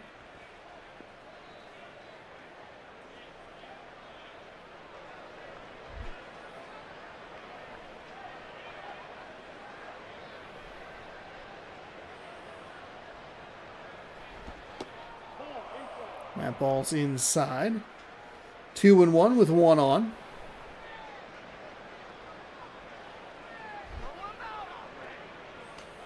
Both away teams have won so far today. Phillies over the Marlins, Royals over the White Sox. I pitch in for a strike, so see if the home teams can even today at 2-2, or if the away teams will at least secure the series, or the win of the day, I guess. That one's fouled away.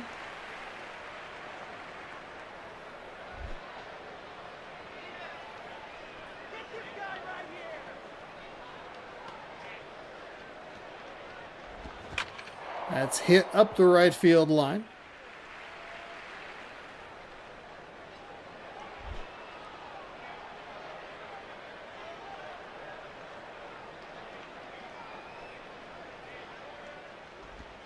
That one's low.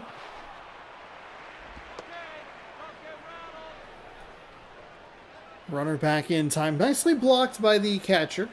Keeps it in front of him.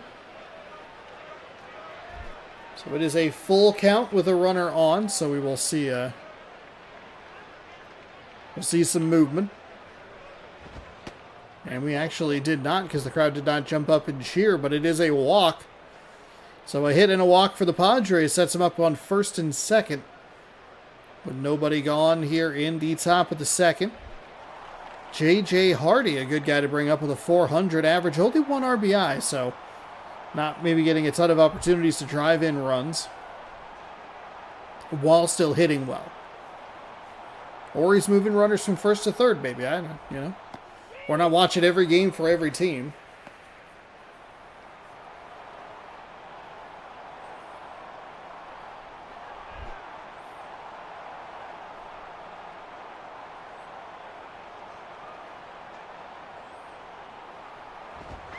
That's hit up the first base line. First baseman tosses. That was a bit of... He's going to be safe!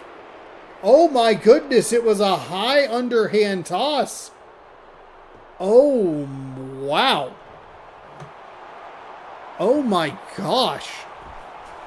I thought it was going to be an out. I thought it was going to be close. But you can see as he gets the ball, he's in fair territory.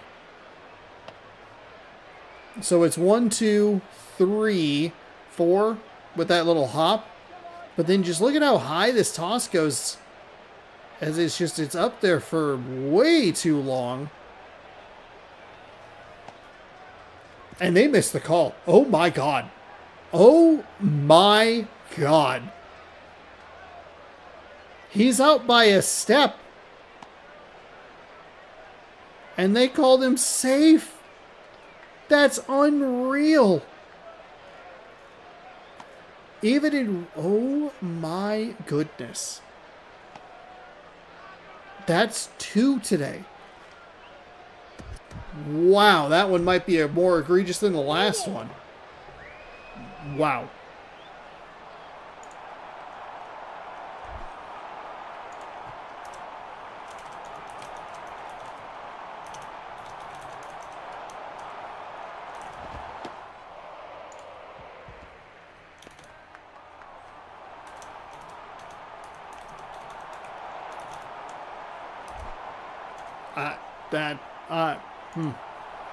Absolutely speechless on that one.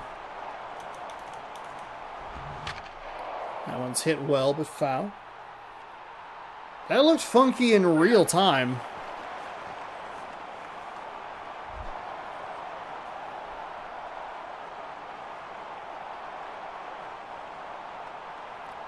The lefty sets, he fires over to first base. They're going to have to just take the outs. At first, it was a spin and a delay. This first baseman is having a hell of a top of the second inning. Absolutely destroyed. Wow. It's not often that I, of all people, run out of words. The San Francisco Giants should be out of this inning with no damage done. But there was a spin move and a hesitation as they throw back to first to check on the runner. Back in time. that I don't think you get if he's out of... Well, no. There might have been, because he just would have been out at first, so maybe there is a hesitation. Never mind, I take it back. That math is incorrect. The ball, gets away from the catcher. That allows the runner to advance to second. So 2 in scoring position. I guess the question would start to become, does the runner from third head home in that situation? Because you would have had second and third. You go to first for the out. It would have been out number 2. As McCutchen takes a strike there.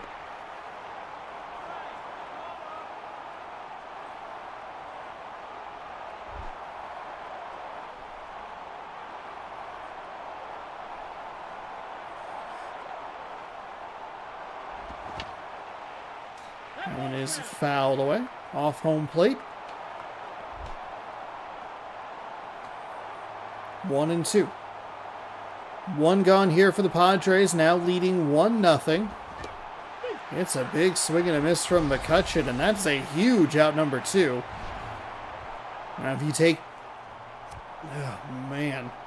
It's a good pitch. 89 miles an hour on a 4-seam fastball. Early on the swing timing, but in the zone. Just got McCutchen to go.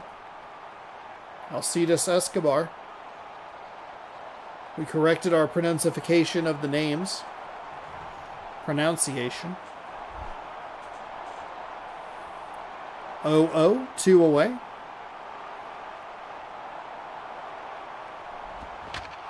That is hit out to right field. Room in foul territory. And that is the out. So the Giants realistically should have been out of that inning with no damage done. Instead, they give up the run on the missed call by the first base umpire. Moreland, McLeod, Ellis looking to even things up for San Francisco in the bottom of the second. It's 1-0 Padres. In the second bizarre situation of the day.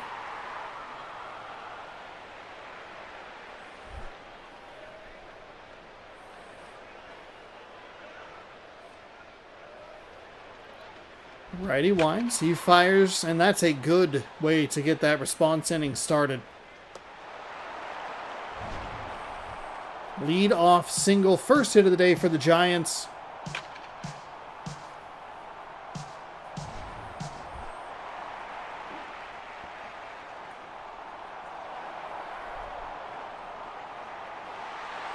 Nate McLeod with a 1 on.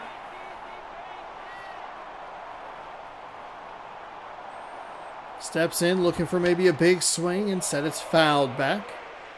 0-1.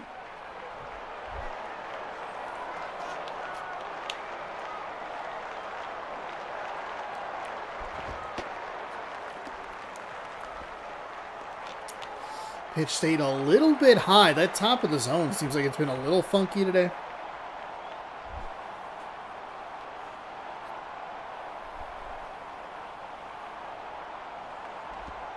That pitch is outside.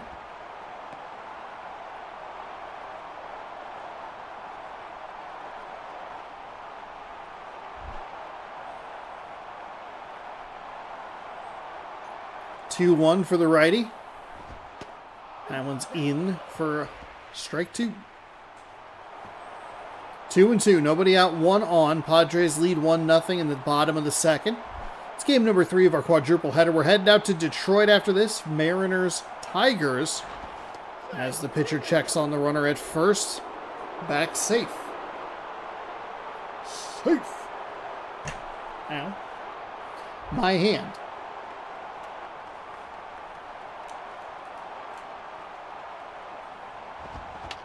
Oh, what a time to get a pop-up. That will swirl around. My goodness, the wind took that one. That'll be out number 1.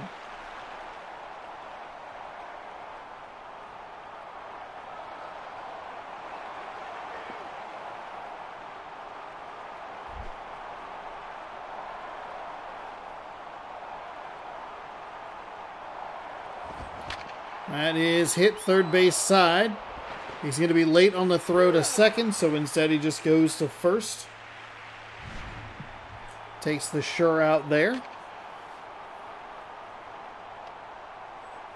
It's a couple of extra steps for David Wright at third.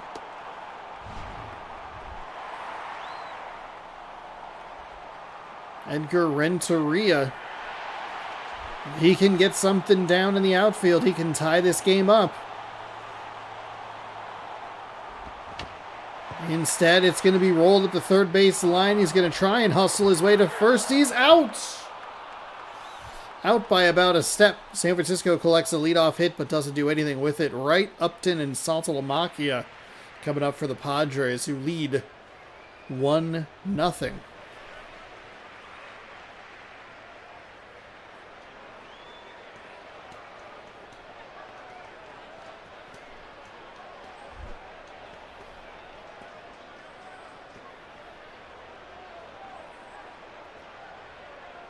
Lefty starts inning number 3 with a ball outside.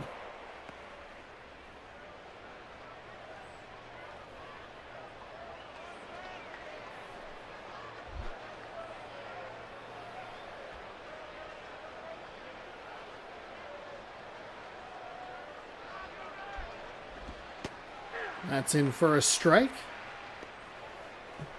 1-1.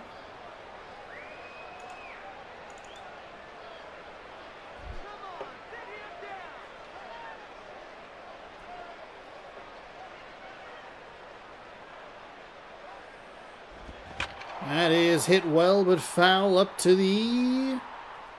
deep into the first deck. Thought that might have the height.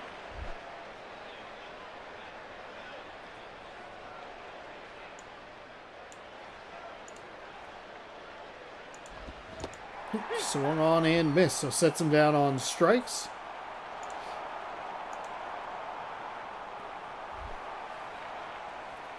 Justin Upton's 0 for 1 on the day, but still batting well with a 348 average. 11 RBI, one of the higher numbers we've seen. Somebody had asked about that the other day. 10 was definitely the highest we had seen. 11 is obviously higher than 10, so when we're paying attention, we can, update that.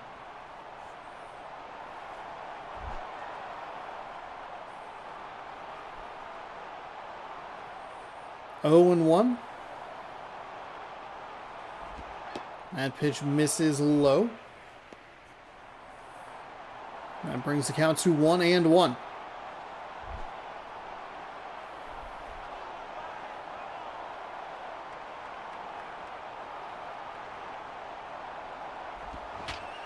That's hit foul up the first base line.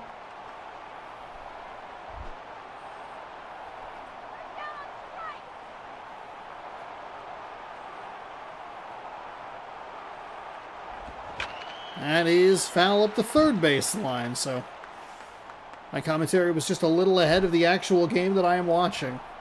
1-2. One away here, top 3. Padres up 1-0. And that is hit to the shortstop. Gets it clean and fires over to first. Bold pitch. Getting him to roll over. It's pretty big. Might be bigger that he was able to pick it on the shortstop was able to scoop it, I should say, cleanly, because that can sometimes be an adventure out there. Jared Saltalamacchia stepping it.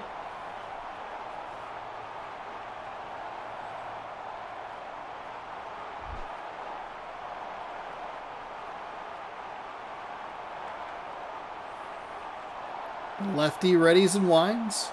Fires. That was low. That missed the zone.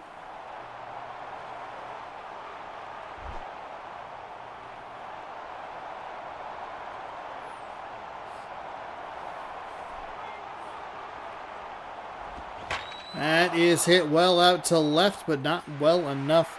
Nice read by the left fielder, and that will retire the side. D'Onofrio, Martin, and Zimmerman. Coming up, last hope for San Francisco, trailing by 1.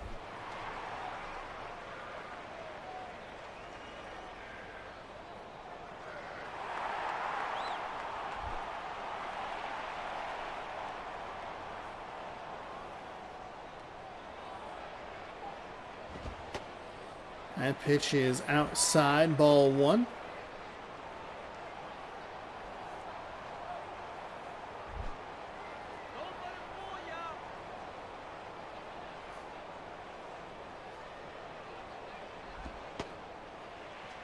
Pitch low, ball two.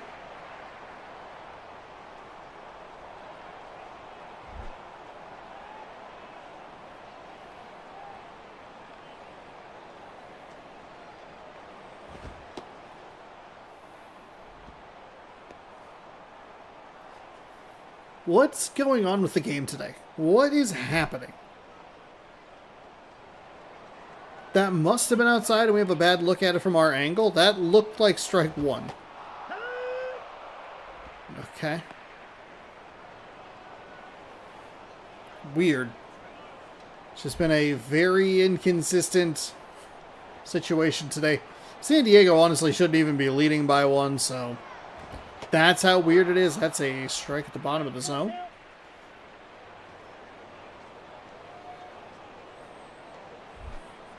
That makes the count full, so here comes a payoff pitch. The righty shakes off the catcher.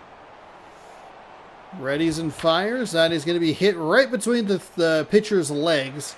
That is a hugely beneficial animation for the San Francisco Giants, who really feel like they're owed one after the missed out call at first. Right back up the middle. We see this go in favor of the defense in this game. Kind of just in this series in general. MLB The Show can be pretty cruel to hits like that. But found the gap and made it work.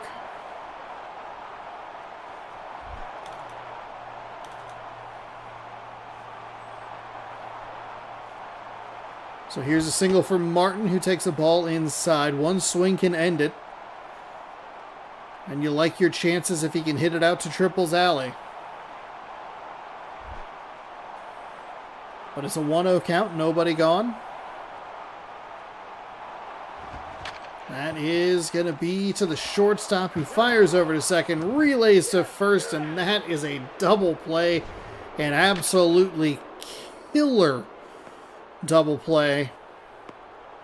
Out there at second, and let's take a look at it. We've been using the replay function a lot today.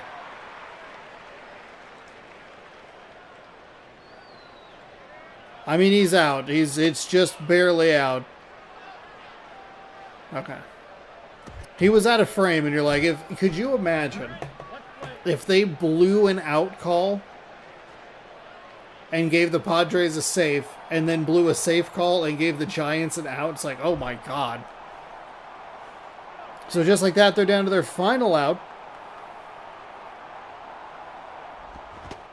Big swing on that pitch outside. On the outside part of the zone. It's 0-1.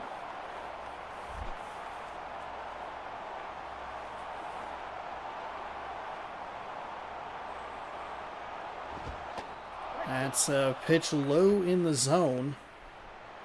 0-2. So just like that, the Giants down to their final strike.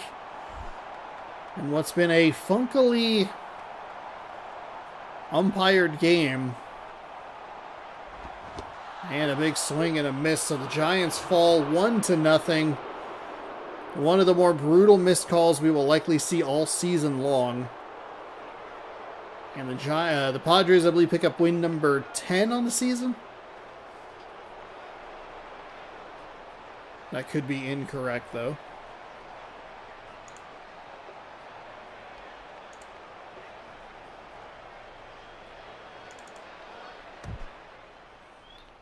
Oh, they pick up win number 8 on the season, by the way.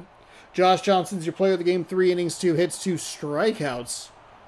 Paul Maholm falls to 1-1. Josh Johnson improves to 1-3, picking up his first win of the season.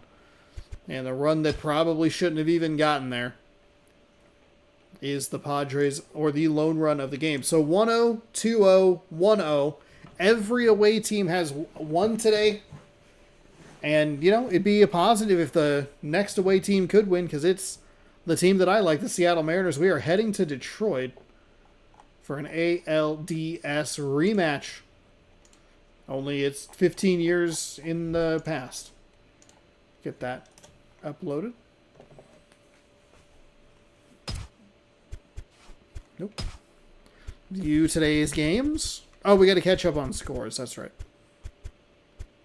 Royals, White Sox, I believe, the last game that we watched before that. Angels over the Rangers. Both teams now 7 and 8. 3-0. Angels. Astros beat the Pirates 4-0. Cubs over the Brewers 2-1. Reds beat the Cardinals 1-0. Blue Jays, they fall in Oakland 3-0. The Dodgers pick up a 2-0 victory over the Rockies. We watched the Giants fall to the Padres. And now it is time for the Mariners and the Tigers, where I make sure to not play the game. Here's your batting average ranking. Seattle down in 22nd, but still a pretty decent record. St. Louis up in 1st. Colorado. Where's the Mets? NYM. They are 5th.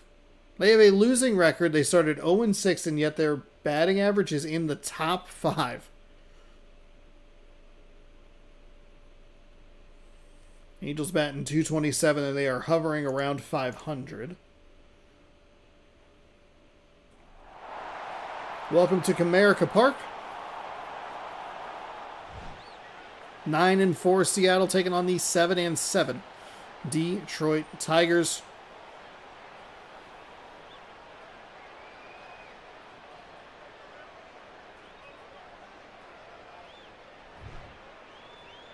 Nope. You can skip that. Brett Gardner is going to lead off in the left fielder. Kurt Suzuki behind him, catcher Ichiro in right. Amaris Ramirez at third base. Travis Hafner at first. Designated hitter Brett Wallace. Shortstop Reed Brigniak. Ian Kinsler at second. Milky Cabrera, the center fielder, switch hitter. A lot of lefties in the lineup, including this this lefty lane that they are highlighting right now.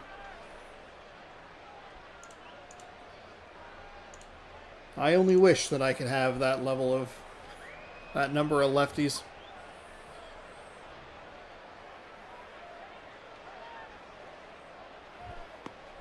Ian Kennedy is going to get the start, a 7.20 ERA in 2 games, a 1-1 record with 5 innings pitched, 8.24 hits, walks, strikeouts. Here's your Detroit Tiger defensive lineup.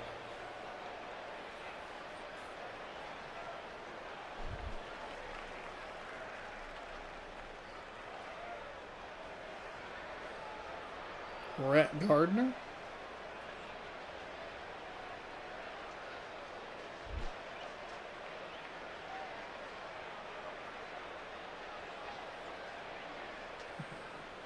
Brett Gardner leading off, takes a strike down the middle as these shadows might get funky.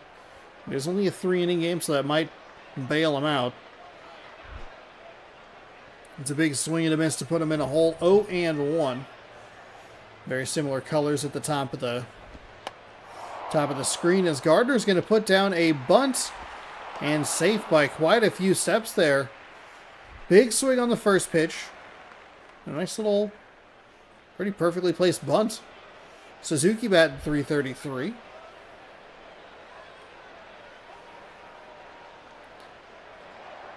Oh, they're going to check back on the first base runner.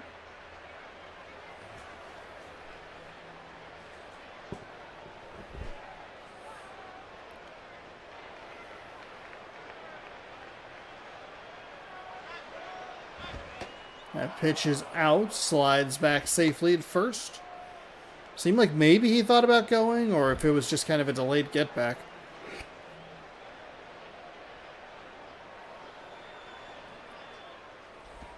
That is hit well, but foul. Maybe not well.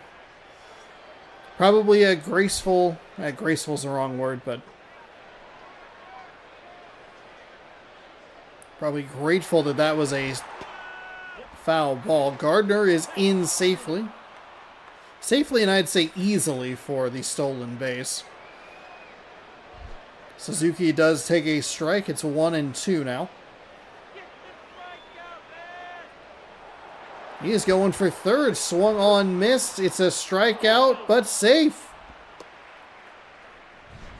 I could never. Gardner steals second and third. A bit of a delayed tag, I guess. That looked like it was an out. Suzuki did strike out on that play. It's only one away, so Ichiro can fire it in with a sacrifice fly. And he's just going to get that left foot in. Oh, the tag actually, like, completely missed. Okay, good, excellent.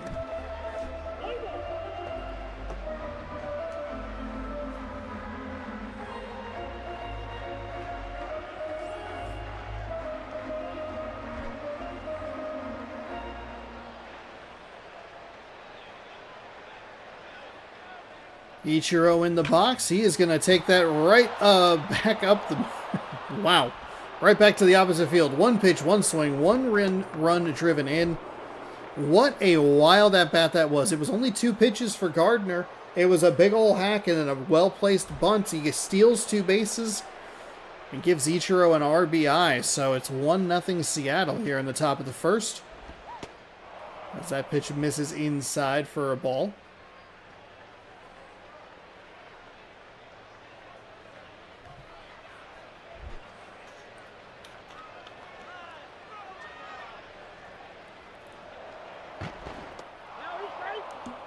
Check on Ichiro, and he'll dive back safely.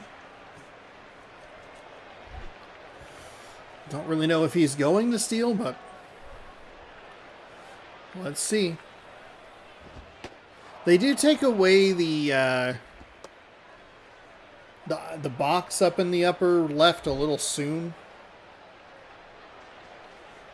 Granted, it's because we're commentating where that is a problem. That pitch misses outside. It was kind of a similar sequence that we saw with Gardner. They threw over to check on him. They pitched out. He dove back. Then he was able to steal. It was pretty easy. It's a 3-0 count. Do you put him in motion here? You don't, and it's a good thing that you don't because you would probably hit into a double play as that is popped out foul on a 3-0 count. That is a hands-off controller. Let it go. Travis Hafner. He'll step in. 2 away. That's foul.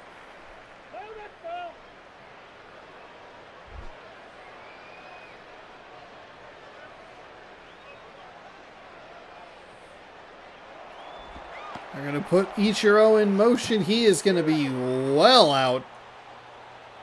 Eesh. That was, looked like he got a late start on that one. The slide only made it worse, and they tag him out no problem. So, Seattle scores 1. They attempt their 3rd stolen base of the inning. They go 2 for 3. 2 hits, 1 run for Seattle, and here comes the Detroit Tigers. Rafael Furcal, the switch hitter. Is at shortstop, and then a big string of lefties. First baseman Ike Davis, catcher Joe Mauer, third baseman, vote for Pedro Alvarez, left fielder Raul Ibanez, center fielder Adam Jones is a righty, right fielder Will Venable is a lefty, second baseman Orlando Hudson batting switch, and designated hitter Matt Diaz, right-handed hitter. We've done a couple of Detroit Tiger games. Vote for Pedro Alvarez. How have I not said that? Jair Jurgens, 1-0 with a 1.59 ERA. 2 games, 5.2 innings pitched, 5.11 hits, walks, strikeouts. Here is your Seattle Mariners defense. Ichiro out and right.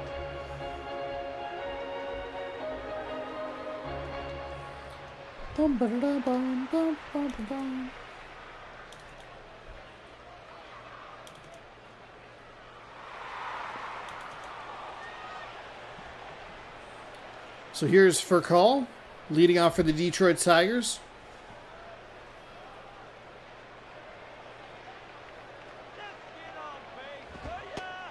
That pitch misses inside for ball one.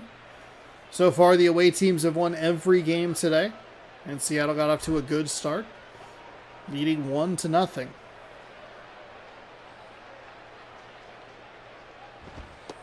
That pitch is on the outside part of the plate, but gets called a strike.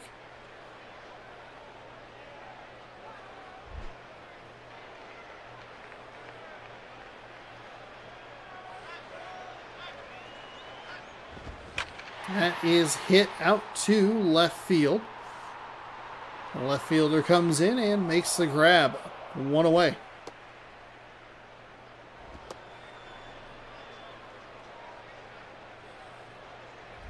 Hey, and it's Gardner. Ike Davis.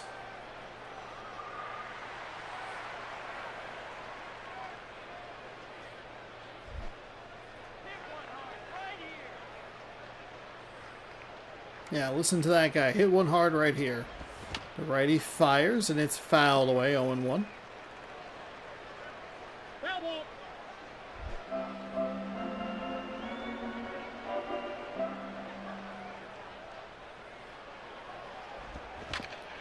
That's hit, but foul up the first base line.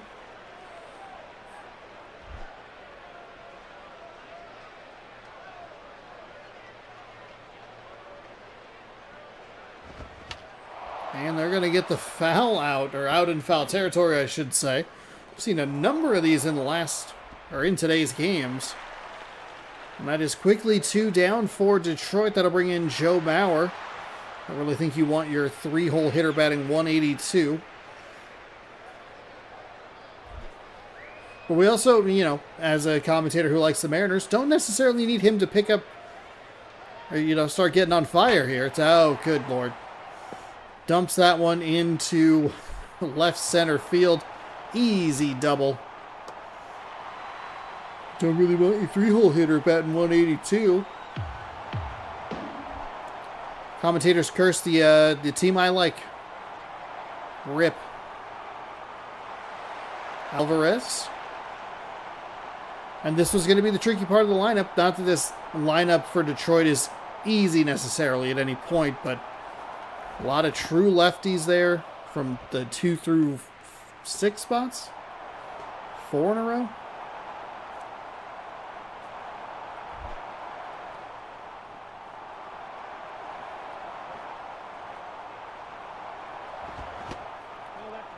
Thought about it, but held back. It's a ball.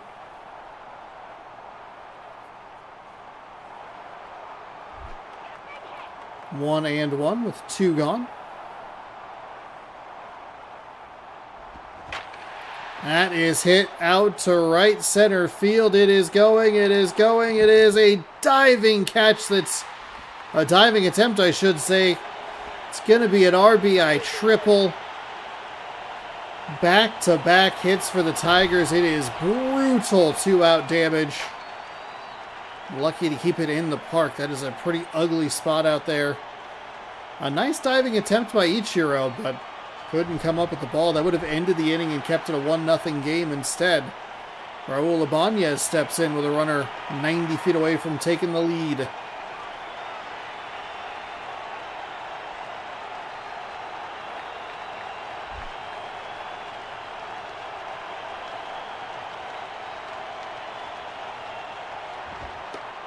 That pitch misses inside.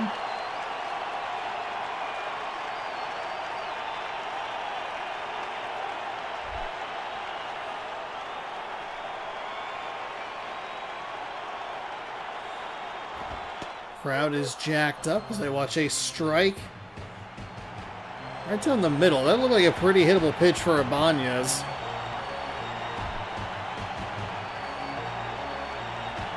First time today both teams have scored.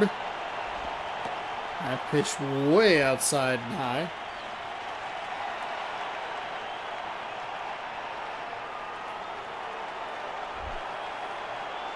Two and one.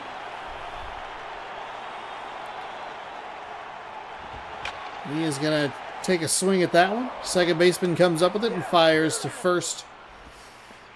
Seattle had a real opportunity to get out of there with no damage, but Ichiro could not come up with a diving grab. Both teams 2 hits, 1 run. Hafner, Wallace, and Brigniak coming up for the Mariners in the top of the second inning.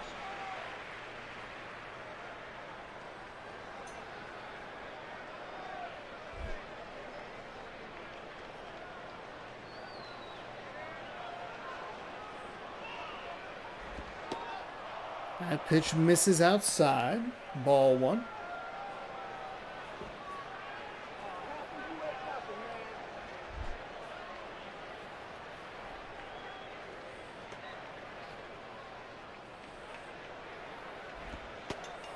That misses outside for ball 2.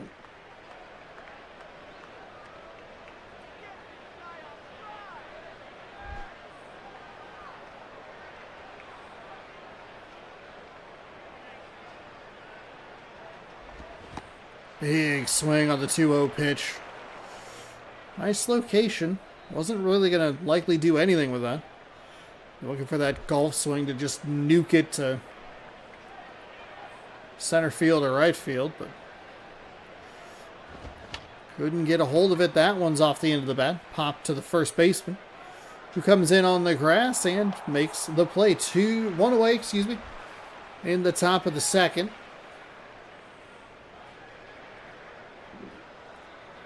Brett Wallace will step in. We should get, what's-his-face. Wonder if we'll get to be able to see the stolen bases for Brett Gardner. Because that would be interesting to know what that number is, considering he had 2 of them. Hello, how's it going? Thanks for stopping by. Big swing and a miss on that one, under the ball. And it is 1-1. 0-2. 1-1. 1-1. Okay. 1-1 count with 1 away.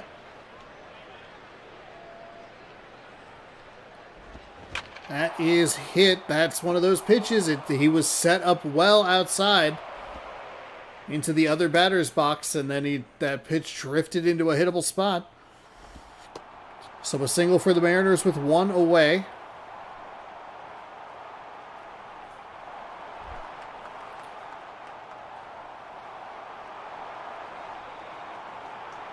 Brignac. I'm putting some extra letters in his name when I say it. Checking on the runner on first. Still haven't watched Dispatch. Been super busy, even on my days off.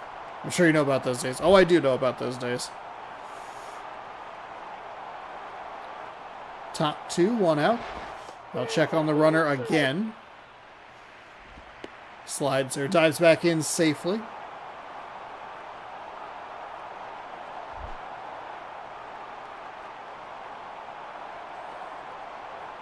Oh, man, no count. Still 0-0. Fouls it off.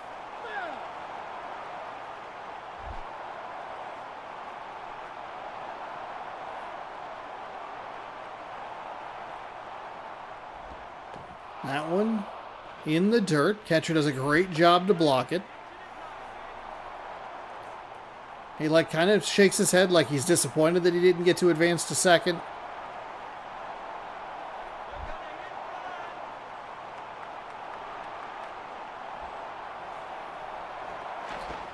So they have now checked over to the runner on first 3 times, and he has thrown 2 pitches to the batter.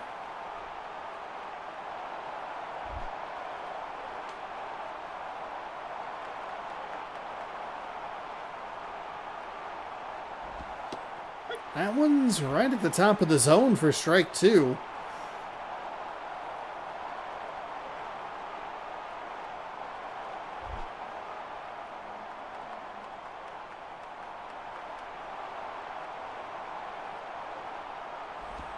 That is hit to the second baseman. Tosses over. That's safe at first. So the relay throw not in time, and that keeps the Mariners' hopes alive here. Top 2. Kinsler, 278 average, 1 home run, 4 RBI. These are the opportunities you have to take advantage of. When you get those extra at-bats, it's foul. Oh, it would have been interesting to see if that stayed fair. Don't know if it gets all the way into the corner, but how aggressive are you? Do you push the runner all the way around from first? Instead, just a long strike. That's a swing and a miss.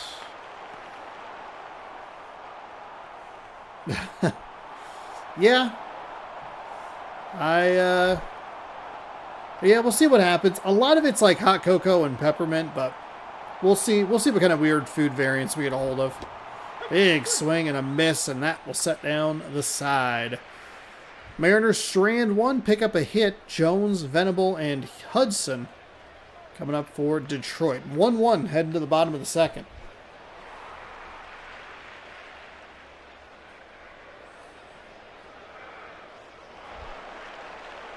So we will head bottom 2.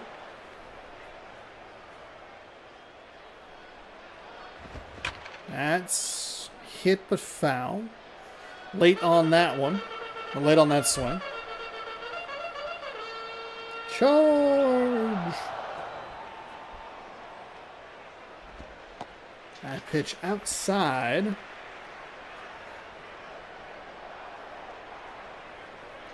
Remember making gingerbread houses as a kid?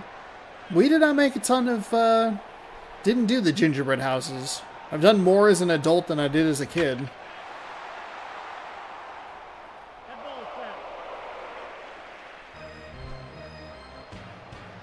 Have you seen the Cheez-It gingerbread house? That's the real question. Pitcher winds and fires. That is lucky that did not take him out. Right back up the middle. That is a leadoff single for the Tigers.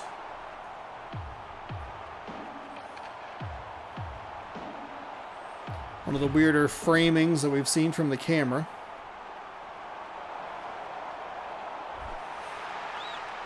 Will Venable with a .462 average, stepping in.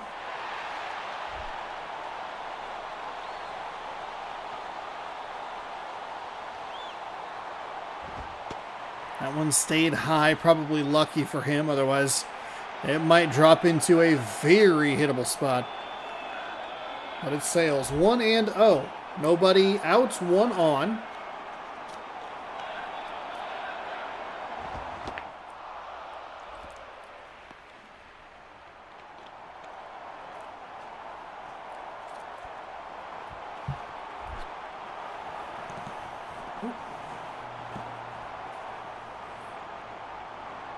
Righty gets the swing, and the third baseman read it like a magician. Saw that it was going to get carried all the way over into foul territory. Another foul territory out today, which there have been a lot of those.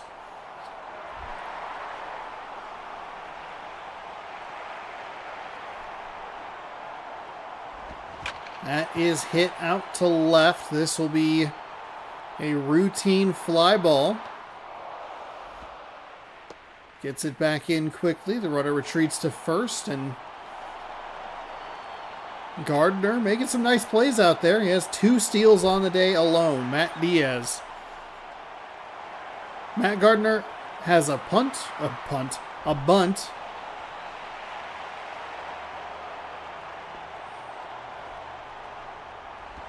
2 stolen bases and the lone run for the Mariners as that pitch is in. Inside for ball 1.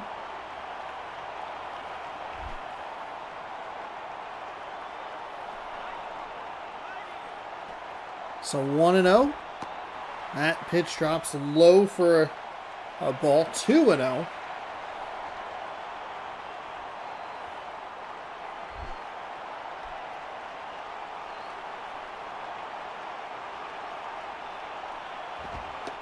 That one's in for a strike.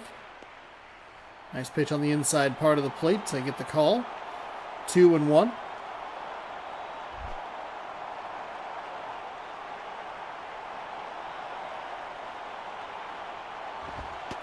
That one stayed high again. Looked like it was a pitch that was supposed to drop back in, but it started high and just kind of sailed on him, which is a positive because you really don't want that to drop. Now you're going to be really careful here on a 3-1 count. Don't want to walk him, don't want to give him anything to hit. It's going to be low for ball 4. So, go-ahead run is at second for the Tigers. That pitch was definitely a ball. Rafael for call. Rafael.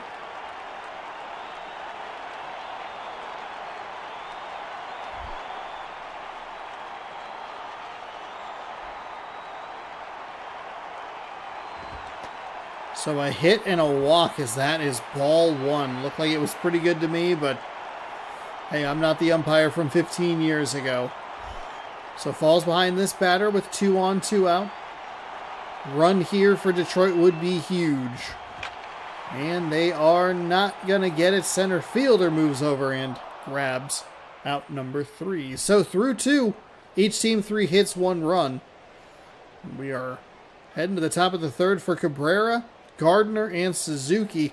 Gardner stats are going to be interesting because if they give us the average home runs, RBI, stolen bases, you can take 2 off that stolen base total if it's updated like that.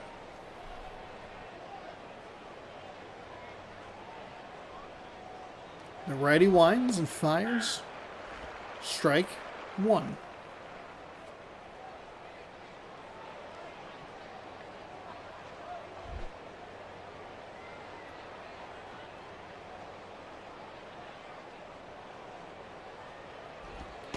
That pitch is outside.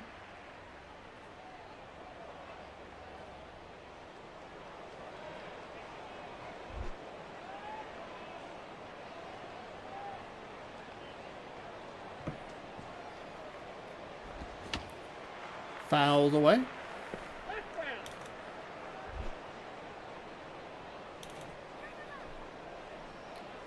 1 and 2. That pitch misses low. Did I swap the thumbnail on this one? I believe I did. I did, okay. Cancel.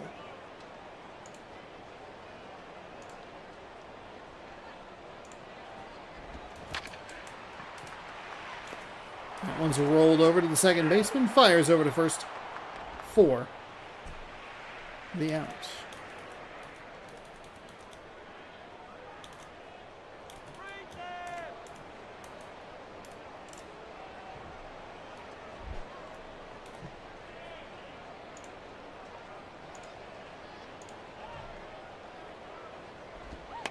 That's bunted, but foul, and I wasn't even looking at Gardner's stats. That's what I get for...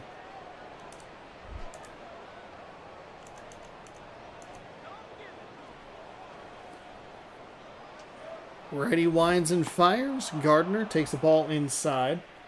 3 RBI, 1 home run, and a .450 average.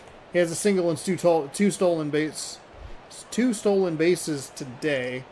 Didn't give us the number. I guess I could look at this first at bat. Righty fires, rolls over that one to first base. And that is out number 2. Let me see if I can find.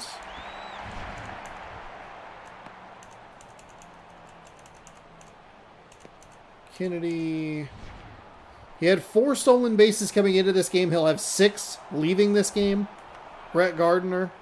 That's wild. Kurt Suzuki stepping in. 2 outs with nobody on here.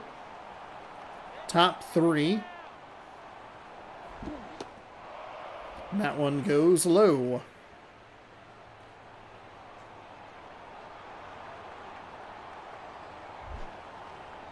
If Suzuki can get on, that brings in Ichiro. That's a strike.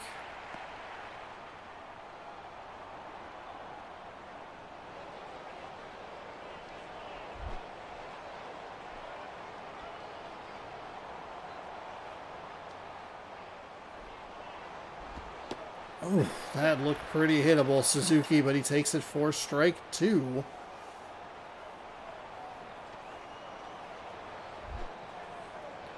That makes the count 1 and 2 with 2 gone. That is hit well out to center. Center fielder has a beat on it and dies well before the warning track. So we will head to the bottom half of the third. Davis, Mauer, and Alvarez. Mauer and Alvarez combined for the run. It was a double for Mauer. Yeah, double for Mauer and then a run-scoring triple. Ichiro tried to make a diving play out in right center, but couldn't get to the ball. And that ball can't get in the zone, so it's 1-0.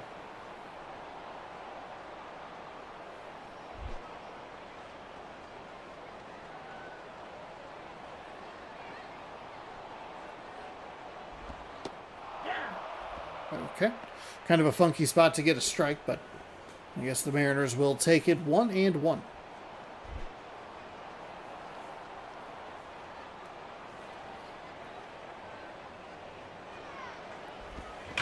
That's hit well, but foul. Or I guess skied into foul territory. Into the crowd. Foul ball.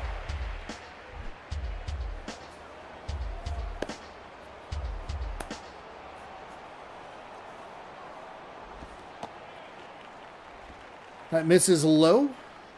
Should make it a 2-2 count. It is indeed a 2-2 count.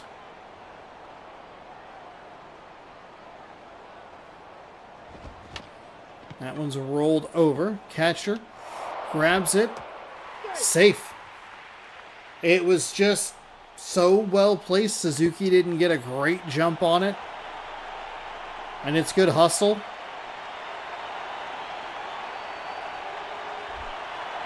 So that'll bring in Joe Mauer, 1-for-1 with a double and a run. I taunted him with his batting average. And then he said, "Shut up, old man." And I don't know, maybe has a little bit of a cover star boost.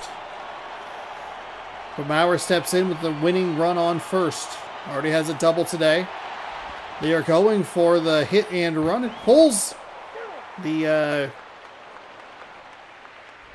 for some reason I thought it looked like it slipped out of his hand. I don't know. There was something looked very odd about that. As I am way behind in my preview. Maybe. Oh boy.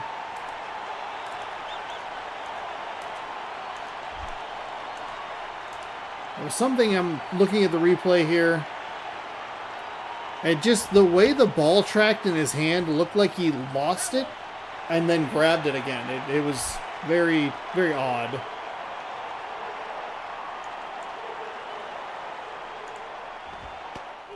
And that pitch is in for a strike, so 1 out.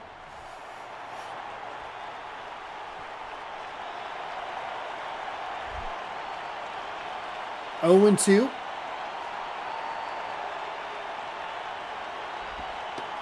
That misses low. It's really like that curveball. It seems like it's either gone way too low or it's sailed on him. He hasn't really been able to get it in the spot where it needs to go. That'll be hit to the second baseman. And again, they're just, it's the arm movement there. Whatever, it's fine. All right, Raul Ibanez is 0-for-1. It's taking them 2 outs to get that runner over to third.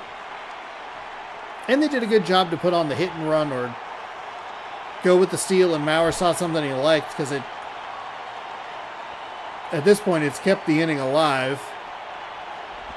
Ibanez with a big swing there. Misses, and it's strike 1.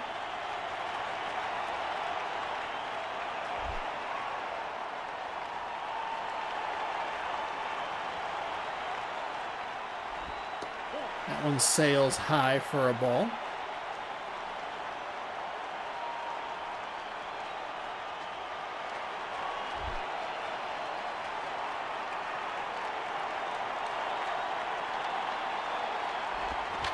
Ibanez. Oh, the third baseman knocks it down. Does he have time to get it? It's out. He's out by a step, and we are going to extras.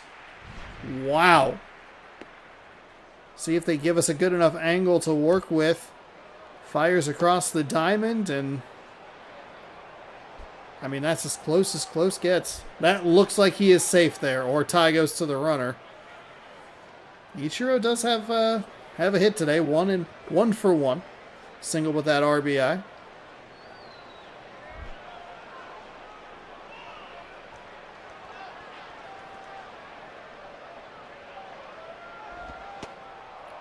That pitch sails.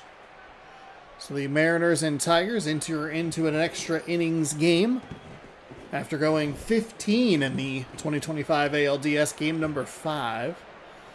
Justin Pennick's perfect sit. That's a strike on the outside corner. That's been a favorable spot for pitchers, it has seemed today.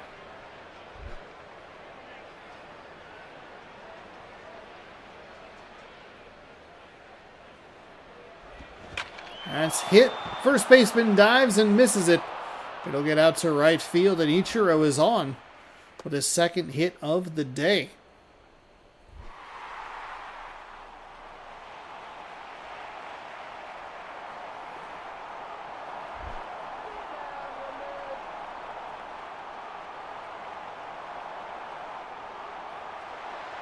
They are going to put him in motion again. Much better jump this time, and he is in safely. So the Mariners have put 4 runners in motion for steals.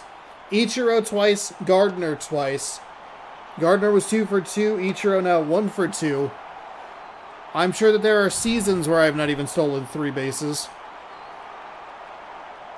But that puts the go-ahead run in a terrific spot at second with nobody out. That one missed outside. From our angle, it kind of looks like the zone is like half a ball toward the right-handed batter's box.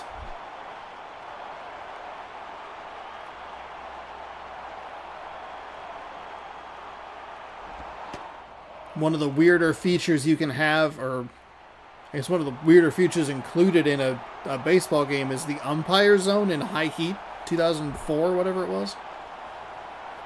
And if you layer it on top of the actual strike zone, you can see the differences. It's very funky. That one's hit. Foul.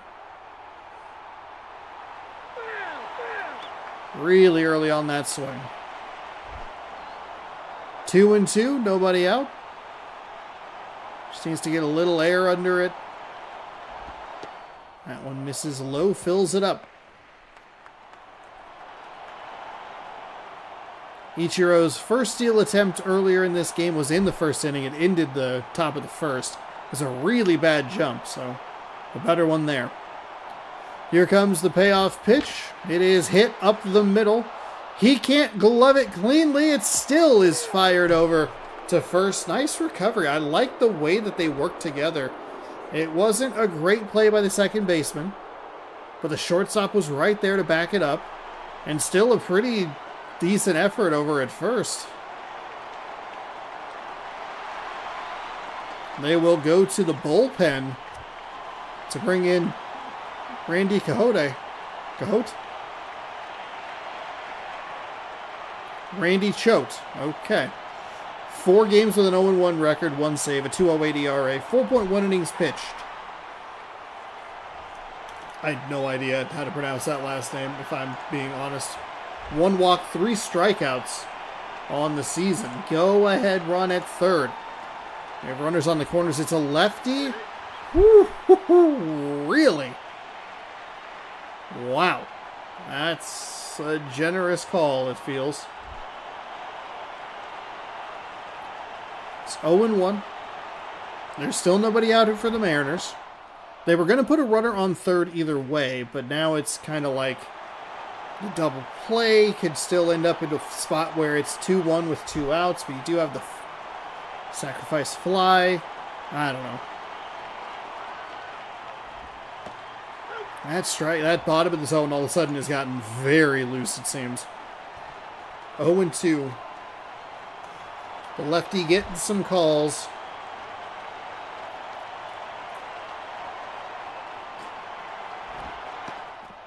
And that pitch misses. That one was very low.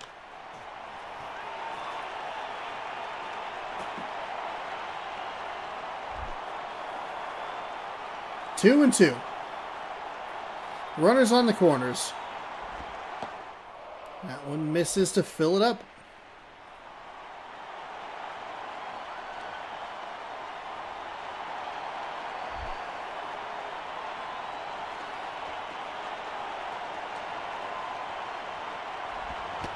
Swing and a miss. Full count with runners on. Just need to get something going. A little bit of a taunt there, as there are back-to-back lefties for Seattle. So it's a good pitching change here for the Tigers. And a game in an era that seems like it doesn't really matter. That's hit well but foul.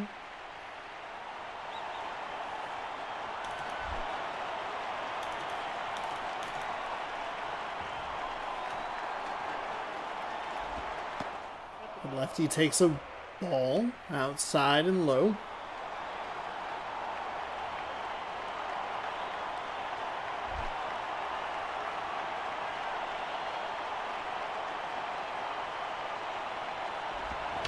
That one's fouled away. I'd like to see maybe Seattle go to the bench here. But this is where the game just doesn't have the logic adjustment for, like, this is the final inning, or we're in extras, you know. Still an opportunity if they can just get one out at a time. That one is hit. That'll split the gap, and that'll send runners, or the lead runner to second. I guess technically the lead runner scores. Ichiro scores. Left that one a little too much over the plate. Looked like he was going for that bottom part of the zone seemed a little generous since he came in. And it is 3 straight lefties here. I forgot how many lefties. We read the lineup, and there were a lot of lefties in this lineup. And I forgot how many there were. So yet another lefty, one away. Seattle gets the go-ahead run here in the top of the 4th.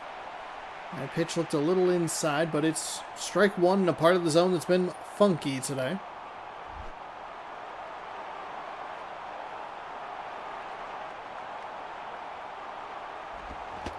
Swung on and missed.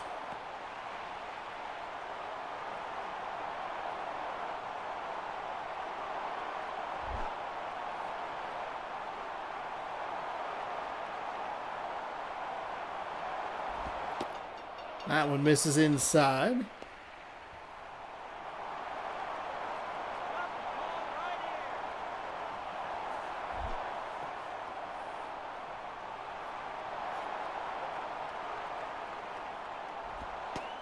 That misses low.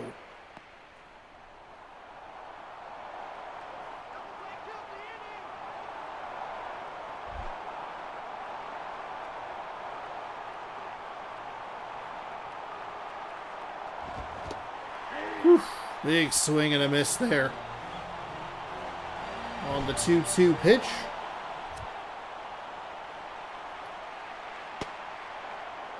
Swing timing was perfect on a 91-mile-an-hour four-seam in that spot, and he couldn't get anything on it. The lefty line finally ends, or lefty lane, I should say, finally ends as Ian Kinsler is in the right-handed batter's box. 2-1 Seattle. And a good eye there to see that pitch go or stay outside.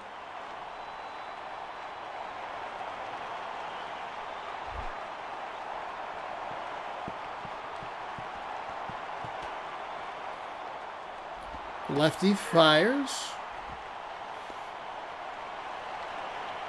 And gets the strike called at the bottom of the zone.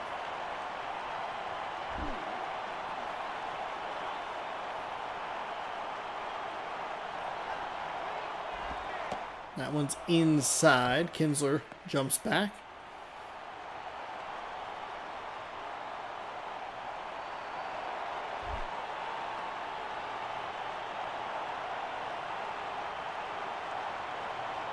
Here comes the 2-1. Kinsler gets it past the diving second baseman. They're going to round third.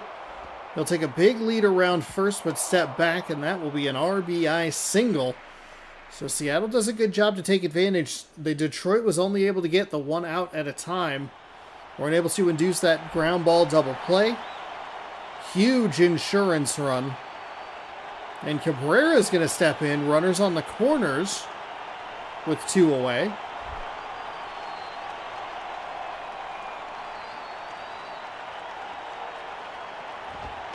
Ooh, that one stayed high. Maybe a pitch out there. Seattle has been aggressive on the base paths, but only with two of their batters.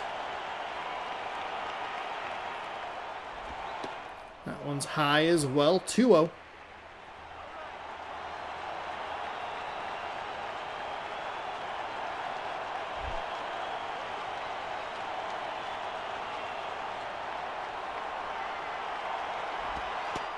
That pitch misses low. 3-0.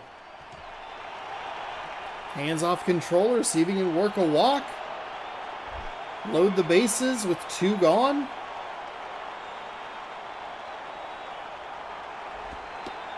It's a strike on the outside corner. Now the CPU's favorite count, 3-1.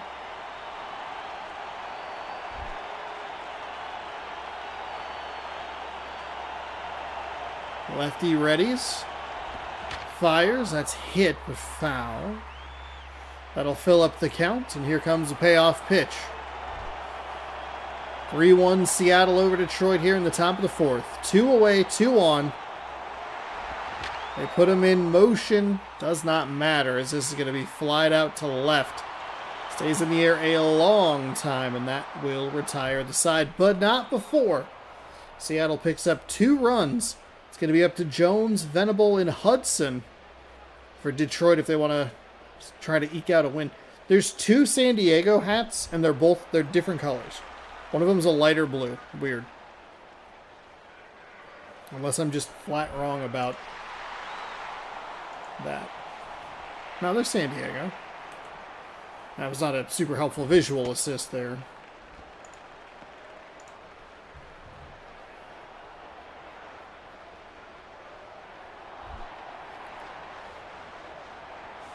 Pitch to open the bottom of the 4th is a ball,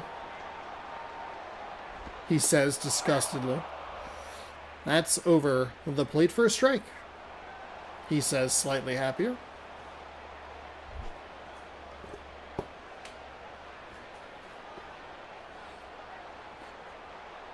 One.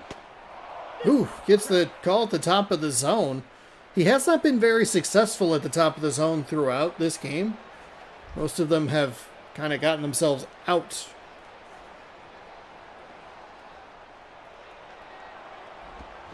That is hit well into right center. And they miss again. That's the second time. They might even try an inside the park home run. He is actually going to hold up at 3rd.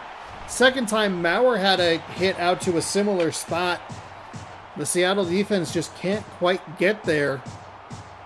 That'll bring the tying run to the plate. That was one of those brutal animations. Cleveland beats Seattle 3-1 according to the American League scoreboard. Kind of looked like he thought maybe going around, but no need.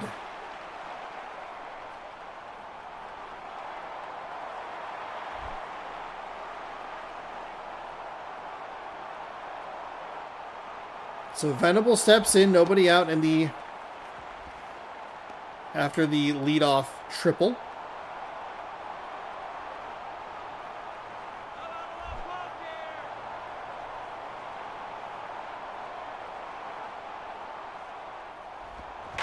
That is hit. Oh, the shortstop didn't even try. He just ran under it. That is one of the weird things about this game. So Detroit, with nobody out, scores a run. It's 3-2.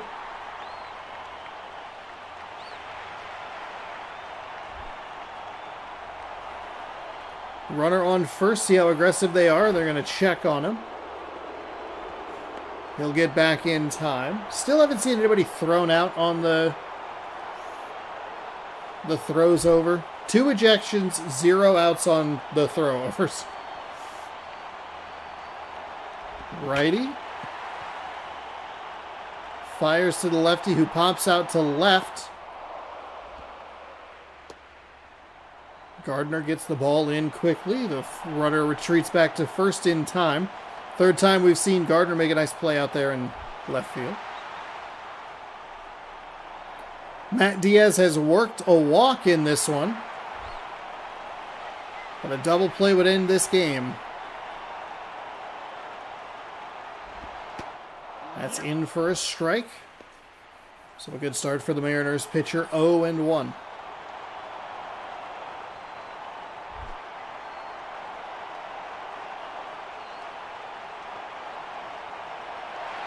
They are going to try and steal second. The throw is down, and he is out. Out at second. Well, that changes things mightily here for the Detroit Tigers. Interesting to see them go for the steal. I guess it makes sense. Put him in scoring position. But boy, if you're out there,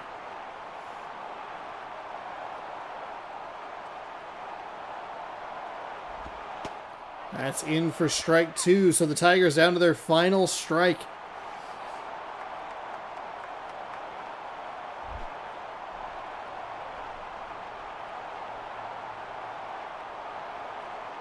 Righty winds, fires. It is low in the dirt. So the count is now full. Here's the payoff pitch. It could end it. Fires high. It's a ball. That's been his problem all day long. Those pitches toward the top of the zone, he has been largely unsuccessful. Majorly unsuccessful. You're going to head to the bullpen and bring in a lefty, Mitch Stetter.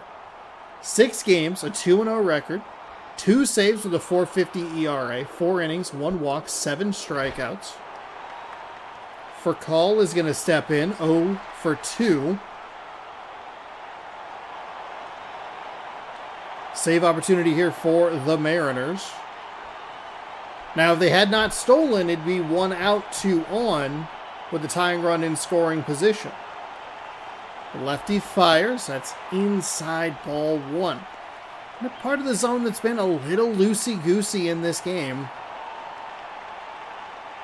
Bit of a bummer to see the ball there, where we've seen some weird strike calls. It's going to check over to the runner at first. He's safe. Safe.